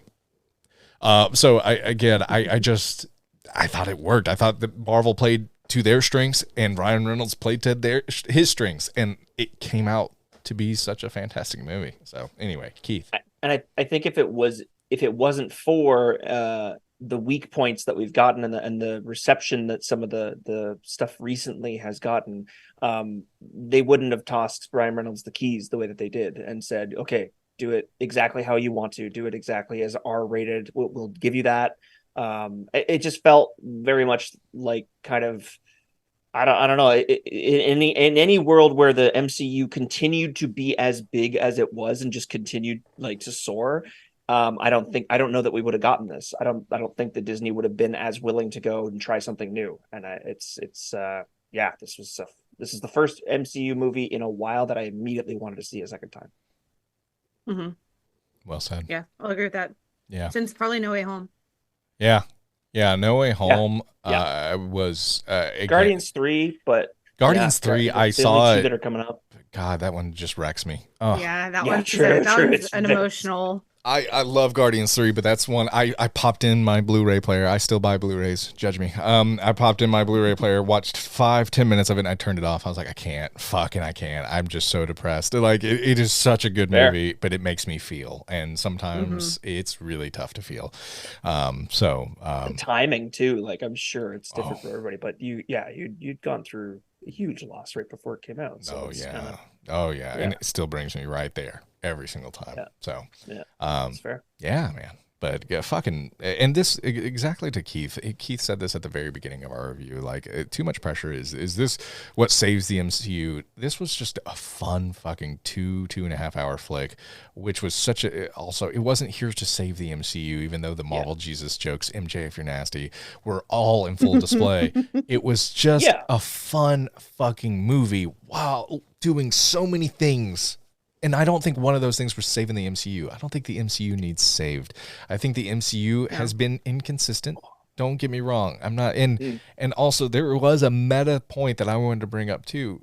The multiverse thing. Let's just take the L. It's not working. I mean, why do miss after miss. The Wizard of Oz did it best. The gays knew it. Yeah, we didn't listen. Yeah, exactly. And it was just, again, I think and again, I keep going back to this, and I apologize, but Kevin Feige and that they said you poked fun at Marvel Studios, and you poked fun at yourself with like the cocaine joke, and Kevin Feige goes, yeah, because we're not any better than any if we say we're off limits to Ryan Reynolds and his team, if we say we won't do this, then we are the joke. Like then we don't. Yeah. And it was like he's like then you're not cool. Then you don't understand. Like he's like I welcome that, and they were like, and again, they didn't really go too far into those comments, but I'm curious because obviously the multiverse saga is very different from the Infinity Saga that we've seen before, and it's been very scattered and mixed results across the board, and mixed opinions where we can like the Marvels and several people didn't. The ones that are not douches, the ones that just genuinely didn't think it was a good movie. I'm fine with that. Yes. But there's been they don't have to love it. It doesn't mean that they're misogynist just because they didn't like it. You know what I mean? Exactly. People had very valid reasons. Yeah, exactly. I just think with this, I'm curious now, and Hall H is happening tonight, guys. We're recording this Saturday, July 27th. They'll probably be hitting the stage in the next several minutes, so we're going to put this out, and everyone's going to be wanting to talk about Hall H right after we put our Deadpool review out. Yeah. However, I know there's rumors of several movies that are going to be launched and several pockets of movies that we haven't seen in a while and things like that.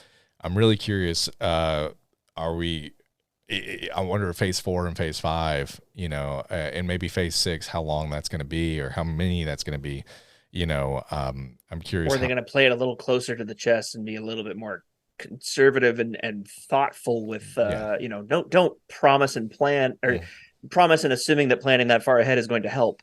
You need to put the love into it. You need to have less is more. Well said. And I think as much as like Infinity Saga, I think it was near perfect for what they did and what they pulled off, especially with Infinity War and Endgame being there at the end. I think the Multiverse Saga, through its ups and downs, and it's going to continue. We're still in this saga's progression right now. However, when you talk about Fox being bought by Disney, when you talk about Sony really bringing in their cast of characters, mainly Toby and Andrew, into the fold, I would say the Multiverse Saga, though flawed, brought in such a needed element with those characters. Now, maybe you didn't have to have an entire saga named after the multiverse to do those films, and that's fair too. But for what it introduced, and through those cast of characters and the tributes that they paid to those brands, and really, I'm so happy for the Multiverse Saga for that reason. Yeah, and I definitely wherever we cap out and wherever we end this, in the next several movies and the next several shows, there's going to be a lot I look fondly at, and I'm going to be very, very happy about. And there's going to be things like, hey, not stuff I'm going to completely hit repeat, but gosh, do I watch Thor: The Dark World every single Sunday? No, I don't. So there's always that, and so again, I thought that was really, really cool that they brought that up, and I'm curious where Marvel goes from here, especially being very aware of what their reception is, Keith. What do you watch every Sunday? Your mother. I have a camera installed on her house. Oh no. Yeah, it's one of those like little tube cameras that you can slide through like really fine holes in the wall. It's really great. What MCU movie do you watch every Sunday, you fucking pervert?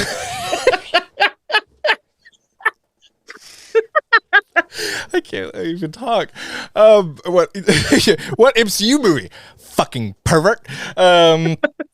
Gosh, if I had to watch one every single Sunday, it would be Infinity War. Infinity War would be too much of a downer. I would probably watch No Way Home. That's a fun, fucking crazy good time, and it also pays tributes to a shit ton of movies, yet it's a great standalone movie as well, and it's just enough like lighthearted and heavy. I like No Way Home. It's kind of long. It is kind of long. Like your mother. Anyway, all right. Wow. Yeah, anyway. Like my stepdad. Wow. No, I'm sorry. Wow. Jamie? What are you doing? Wow. I was trying to say that my stepdad would punch you for that but I... It did not. He's got a long reach. That's what you're trying to say. Yeah, that did not come off correctly. Speaking of coming, all right. Don't say come off. Keith, I'm sorry. I think that I interrupted you to call Brandon a pervert. I was just gonna say two things. Maybe they made a mistake calling it a multiverse saga. Maybe they set a precedence calling the first, what was it, 20 movies, 19 movies, the Infinity Saga. And it's like so many of those movies 23. did not have anything to do with the Infinity Stones or the Infinity War. Like it didn't, to call it all a saga. But now they set a precedent. So they're going, okay, well, that worked. That was marketable. Let's call this the Multiverse Saga. And it just confused people because they weren't calling it the Infinity Saga way back when They did it at the end. They capped it off. Yeah. They capped it and said, it confused people. The other thing I just wanted to quickly say is about this movie being like the savior. And what I see happening essentially is there's the satirical version of that where Ryan Reynolds or Deadpool is calling himself Marvel Jesus. He's poking fun. They're setting it up to kind of be the saviors of the MCU. That's great in a satirical form. And then I think people run away with it when it comes to articles being written about it, people sharing videos, whatever online, and building it up like it's actually going to say the pressure was silly. And when it turns out that you can just go and see a fucking kick-ass Wolverine and Deadpool movie and not have to worry about it saving anything, it's so much more enjoyable. It's so much more fun to watch. So I don't blame Ryan Reynolds for making that joke because it's a great joke. It's just some people just took it too seriously. Yes they did. Yeah. I get that. So I've got a couple other things that I need to get off my chest here. I've got some Easter eggs that I don't know if we all caught. I've got some nitpicks, even though I know I said it was number 2. Nothing wrong with being critical. It's fine. Okay. All right.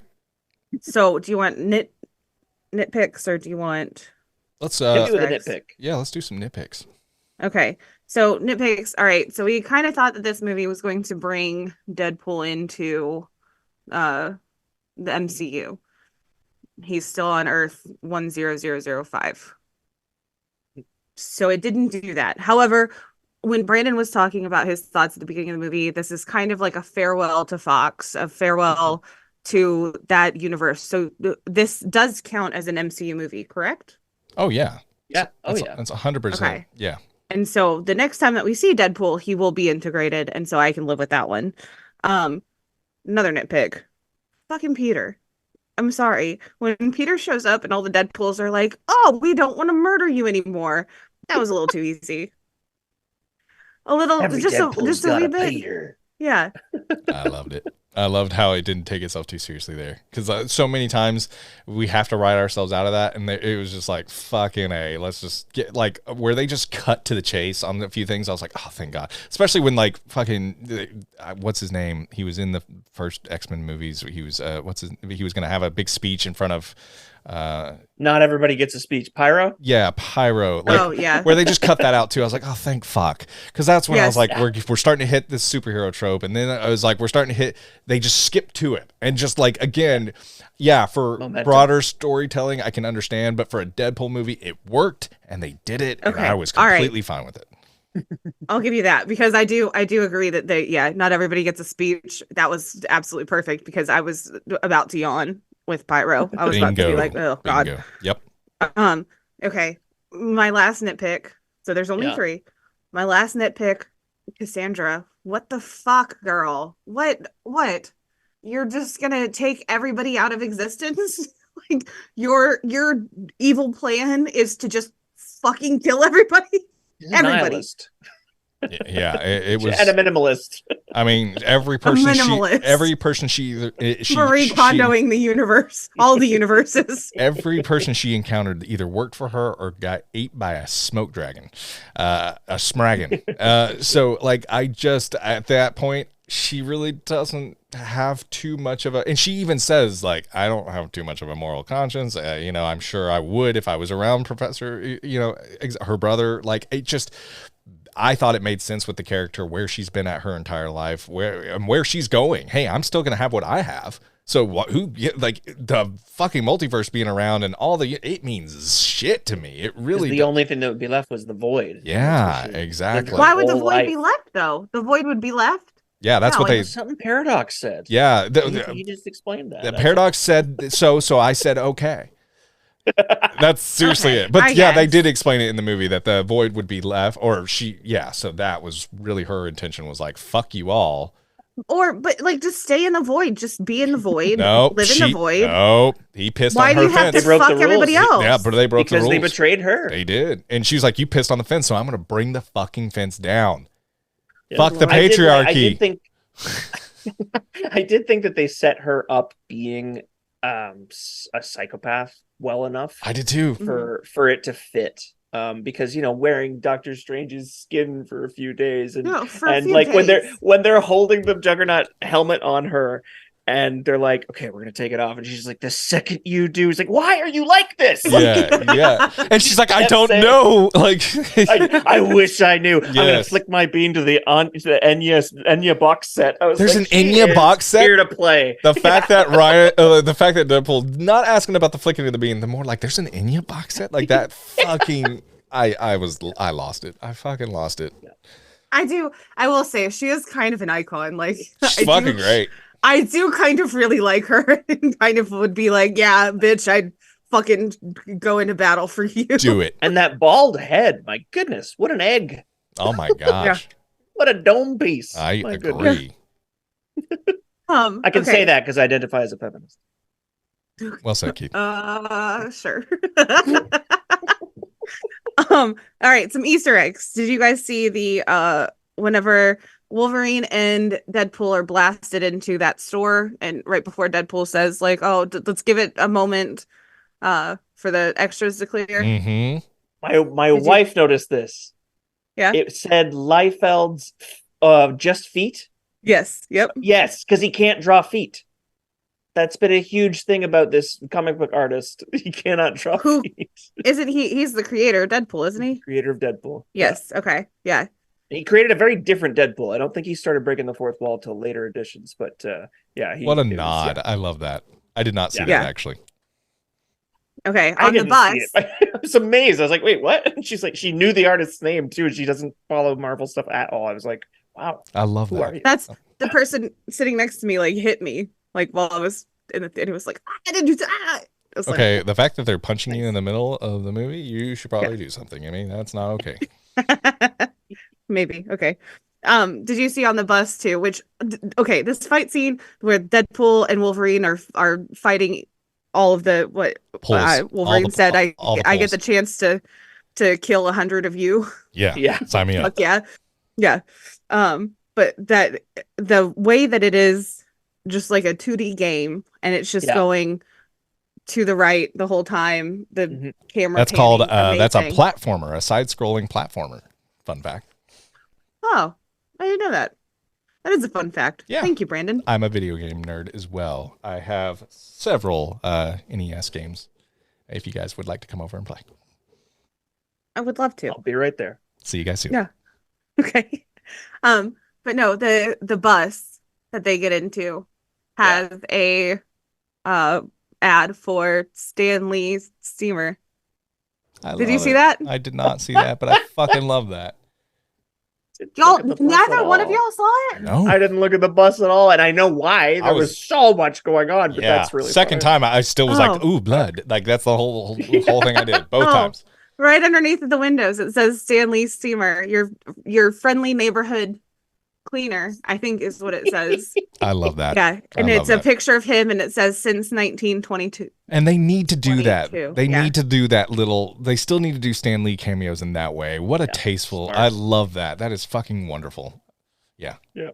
That was another point that the person I went and saw this movie with punched me. Okay, I like this person. He needs to be on our podcast. Just saying. Yeah. All right, we're gonna replace Emmy next week. Just letting you know. So. Fuck you. Did you see Scarlet Witch in the Hideout? Yes. That one I did notice. The stone statue from what is it, Wondercore or whatever, Mount Wonderbar. Is that how it is? I have no idea what it's called. I just broke my highlighter. I'm just letting you drown, Keith. But honestly, I can't throw you a life preserver. I don't know it either. Sorry, I have no idea. I just highlighted so hard I broke my highlighter. Oh shit! Serious. Things get serious. Serious, yeah. So now you're mixing yellow and pink. It looks like puke. Oh no, they're both pink, but this one's stronger. I always like my pink to be a little strong. You know what I mean? Oh, did you guys notice the on your left, baby girl?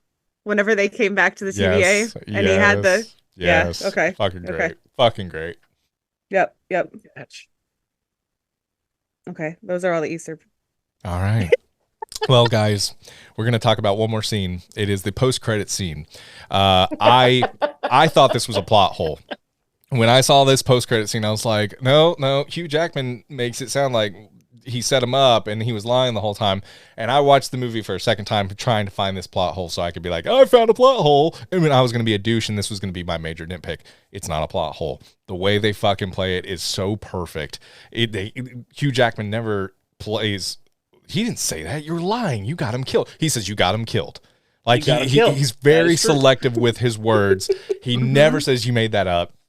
Yeah. And I loved rewatching that movie, and I was like, oh, the joke fucking works. Awesome. And if you also watch Hugh Jackman, watch him, especially when he's like, oh, go off, girl. When you watch Hugh Jackman breaks. He jumps and he smiles. He smiles and he jumps, and like he breaks in this scene. And you can watch Chris Evans. He is like closing his eyes. He's just trying to power through it because he's about to break. This is one of the best post-credits scenes ever made. And he's like, and when he's like, and you can quote me on that. Okay. Like, oh, it's so fucking it's great. I love that this didn't get ruined for me because I really did. I came out of that movie. I think I found a plot hole. Little asshole Brandon was marching in, seeing it the second time, thinking, oh, I've got this to talk about. Nope, it was great. This is one of the best. Yeah, it's not ruined. It's a fucking fantastic. And fucking Chris Evans, you know, Mr. Captain America is having a ball, just fucking going ham as Johnny Storm. It made me laugh so hard, the idea, like, he's been playing Captain America for so long, which is someone who definitely watches their language, but then you got the fact that he played Johnny Storm first, and Johnny Storm would absolutely fucking say this stuff. And it's if he's in an R-rated opportunity, of course he will. And he played it made a nice line in the sand for the two characters that Chris Evans can play in the Marvel cinematic. Like, that was a great little jump back, because he arguably, I still say, you know, he was the best thing about the Fantastic Four movies. I completely agree with you. Yeah, I completely agree with you. He stole the show both times. It was really hard. Did you hear that, Jessica Alba? Well, she was great in other ways, but I will say this. Because I've gotten so many castings like just completely dead wrong. I thought Robert Downey Jr. should not have played Iron Man. I thought Heath Ledger should not have been the Joker. I thought when Chris Evans was announced as Captain America, I'm like, Johnny Storm? Fuck no, that's not going to work. I've decided to start shutting the fuck up about casting. And you'll notice, and I say this repeatedly when we talk about like upcoming movies or shows, I will never say, I don't think they're going to play that really well, because I've been a dumbass so many fucking times. I'm tired of being dumb.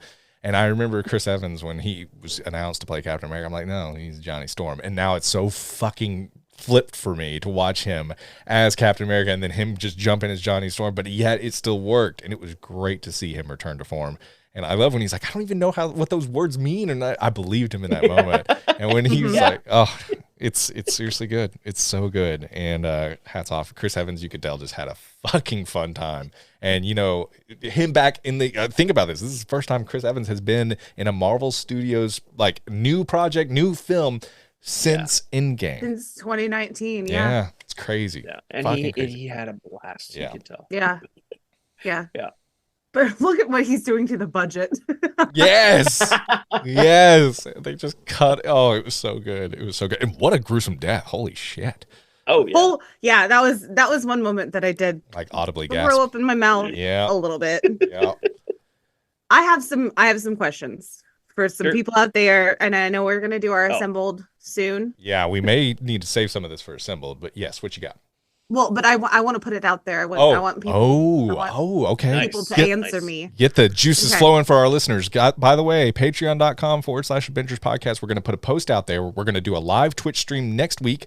It's going to be Friday at 7:30 p.m. Eastern.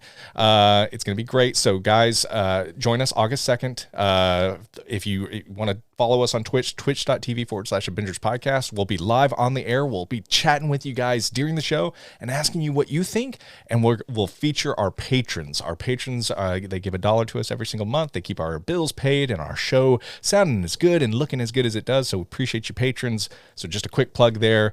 So these questions, patrons, keep an ear out. We're going to put a post out in a couple of days, and we're going to ask your thoughts on the movie. Cannot wait to hear from you all. Emmy, what are these questions to get those Deadpool and Wolverine juices flowing? Okay. Nice. Well, I said questions. It might just be one. I've got one too, but you go first. See, I okay, got- good. Right. That whole monologue would have been ruined. Thank you, Keith. He's got so questions is still valid. Awesome. Okay. Okay. So first of all, I really thought 100% that they were going to bring in some Les Mis, and I didn't see any. And I watched it both times that I saw it. I didn't see any Les Mis. So if anybody out there, eagle-eyed, caught some Les Mis in this movie, please let me know, because that is one of my favorite movies of all time. I love Les Mis. It's amazing. Fuck you, Keith. So yeah. Was it maybe the second song? Because one was Greatest Showman, and then I didn't hear the middle one. I wouldn't have recognized it. I've never seen Les Mis, nor do I want to. And then the third one was Grease. So maybe Les Mis was the middle song. It did sound lame. Possibility. It did sound lame. However, You call fuck yourself you. a fan. It could have been. Go but off, I didn't girl. realize My goodness. that the first song was not Les Mis, was Greatest Showman until the credits ran. Right. And I Right. saw that and I was like, oh shit. I didn't even hear that. But okay, I'll go back and watch All it right. and see. Keith, what's your question, man? My question is, what was the funniest line in the movie? What is everyone's favorite funny line? And I know there's a bunch, and I know this might mean that you got to go out and get a ticket and go see it again before next Friday. But if you can remember it, unlike myself, who had to see it twice, to remember my favorite. What is your favorite funny line? Oh my gosh. Sometimes I do. It's hard for me to say that there's a funny line because it's more the delivery and the reception to the delivery that is really funny to me. So a lot of times it's not as much the funny thing that was said, it's just more like the character's reaction to it that cracks me up. Like, that's why I thought this was the best one, because Hugh Jackman and that fucking stone-faced look, and just like, especially like the dog walking up and jumping and licking his face. That's physical comedy. And Hugh Jackman just looking down and just like a side eye. I was looking at him the whole time, and just just his like face in the background. what the fuck is it? Like, just that kind of shit. But I will say, and I know we just talked about it, maybe it's fresh on my mind too, but when he goes, "Oh, you go, girl," like I was not ready. That was so left field for me when he said that, and right at the end there, at the end of the movie, and then he's like, "And you can quote me on that." Okay, like he says like both times, audibly like fucking busted out laughing, and it's like just what a stamp at the end of the movie, and that's maybe why it resonates and it sits with me. But from a line the physical comedy is what carries this movie for me. But that line at the end of the movie, I almost double over every fucking time, because it is just fucking Ryan Reynolds hamming it up with Chris Evans going off, and it just, something about it just, it feels like a crescendo, and then just at the end, and you just it's great. It's fucking great. And I think it just, and it gives you that 5-10 minute credit roll to just like, okay, breathe, and then it just hits you all over again. So maybe that's also why it sticks out. Well said. Okay. I do have another question, because this was a question coming out of the theater. This was a question that I had. Emmy's one track mind, by the way. It's just going to be just boom. One, we got questions. It's okay. What was your favorite line, Emmy? You didn't answer. Was my let's go, Peanut. Yeah, there you go. There you go. It's funny. We meet on Zoom to record, and I named this DP and Peanut Review or something. That was so yeah. I don't know if this is my favorite line. I will have a better answer for by next Friday. But I do think an underrated line is him talking to Colossus at the birthday party at the beginning. You watching anything good? Great British Bake Off. Oh man, that show stood between me and suicide for like 10 years. So good. I fucking busted out. I mean, honestly, fucking same. That clip of James Acaster making whatever the fuck he was supposed to make. Oh yeah. Just that alone So good. keeps me alive. I started baking, I had a meltdown. Bon appetit. Also, the fact that Colossus is watching British baking British Bake Off, fucking great. I just can imagine them talking about the sponge of the cake and him just being all about it. Like, oh yes, the sponge, very, very nice on this. Like, I just fucking love it. I just the thought of that. Home. He's following along. Yeah, exactly. That is a really good all one. Three that is great a really, lines. really good one. All right, Emmy. I'm sorry. No, I'm sorry. Yeah, I'll take that back. Whenever here we go. My favorite line is when Deadpool is talking to the bearded guy who's not allowed to have any lines, and he goes, "Okay, so those are my views on abortion and politics and religion, the vaccines." Then and just goes through like every holy red shit. button topic. Yeah. Like, oh, no speaking lines for you. What's his name again? Butch? No. Terry. And then he's like, "Are you improving?" Like, just snaps at him when he's. It's so good. So good. They are good. Okay. So no, I'm sorry. I did have another question. Our patrons, you are not who I'm talking to. However, I would be curious to see what you guys think or what you guys say or what you've heard from your friends who are normies. So we are invested in this shit. Yes. Right? We are not normies, but some people have not watched, the Jackman saga leading up to this movie. Some people have not watched. I myself would not have watched Blade had this podcast not happened. Yeah. What are the normies saying? Because I've had a couple normies reach out to me and say that they absolutely loved the movie. Yeah. And I was like, I didn't realize that you were that. I don't think that they get it. Well, it's so funny. I met with a couple people that I work with, and I just said, hey, I saw this movie. It's really good. Just letting you know, it's rated R, and it lives up to every bit of the rated R booking. But it's really great. And someone came off mute, and they're like, oh, I saw it too. It's fucking great. They didn't say fucking great, but they're like, it's great. And I was like, oh, I didn't expect you to be like so. Oh yeah, no. I mean, I like superhero movies here and there. So I think it's 97%. I mean, there it is, right there. Living up for the normies, because that's not just hardcore. That's general audiences too. To me, that's your mark right there. Yeah. Okay. All right.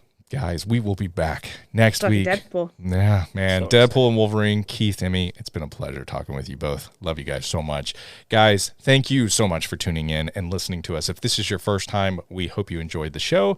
If this is your 300th time, thank you for continuing to tune in. We love you all. If you want to support the show, patreon.com/ABINGERS Podcast. It's $1. It's just $1. It really helps just pay our bills, keeps the Zoom bill paid. It keeps our website paid for. It goes a long way with just helping us out. So $1, you get access to a pre-show. So if you liked our banter, we do a 35-minute, this one was 35 minutes before the show of just us bantering and being friends and hanging out. And we do it every single time we record. So hope you guys get a chance to check out some of that pre-show banter. Shout out again to Brett King for being our most recent patron of ours. So thank you so much, Brett. And really hope you guys enjoyed the show. Also, if you're listening on your podcast platform, Apple Podcasts, Spotify, please consider leaving a 5-star rating. We devote a lot of hours to the show every single week, and we're just asking for 5 seconds of your time. Just leave a 5-star rating and let us know what you think of the show. It really, really does mean a lot, and it gets us eyes and ears on the show and continues us growing along the way. So we really appreciate that. Guys, we will be back next week on a live show, twitch.tv/ABINGERS Podcast. It is going to be August 2nd at 7:30 p.m. Eastern. We'll probably change that time. Just kidding, but it will be somewhere close to that. So, but keep a lookout on our social media, Facebook, Instagram, X. That's a really quick way to find out what we're doing. We look forward to seeing you. Chat with us live on air about Deadpool and Wolverine. We're going to feature our Patreon comments, but we'll also talk live with the chat. So sneak in a question. Let us know what you thought of the movie as well. We look forward to chatting with you all and having a great time. So that's twitch.tv/ABINGERS Podcast. We'll see you next week. But yeah, that's it for us. We're heading on out of here. We really appreciate you tuning in. Before we do, we always talk about our end credits, and we look for names that are unique, fun, a little bit wacky, and Emmy usually finds the worst of the worst. Sometimes that means multiple things. Sometimes they're the worst because, oh my gosh, the word Cox is in their name, and sometimes it's the worst because Emmy's sense of humor is so fucking broken, we don't know where it's at anymore. So how dare you? So we are going to feature Emmy. Keith, do you guys have any end credits names for us? I had the TVA agent, Rob McElhaney. I've got another one. But y'all already ruined it, so. Oh, is there Cox in it? No, yeah, you ruined Rob McElhaney. Oh, sorry. But there's another one. There's another one. What is it? Do you have one? I just saw one name I liked. It was Rachel Dunk. That was a nice name. Dunkaroos. Dunkaroos were freaking awesome back in the day. They gave special. Hungry. What? Made me hungry. Oh. They gave a special thanks to Truthful Timmy, the blowjob queen of Saskatoon. No, they did not. And that really made me happy. Yes, they did. That is fucking great. That is fucking great. Guys, thank you so much for tuning in. We love you all. We'll see you on Twitch. So join us live there. We're going to have a good old time. Guys, we're heading on out of here. Keith, Emmy, any final words before we call it a Deadpool and Wolverine review? Wolverining is hard. You like the wind resistance on these blowjob handles? Nice! Bye, guys. Truthful Timmy, the blowjob queen of Saskatoon.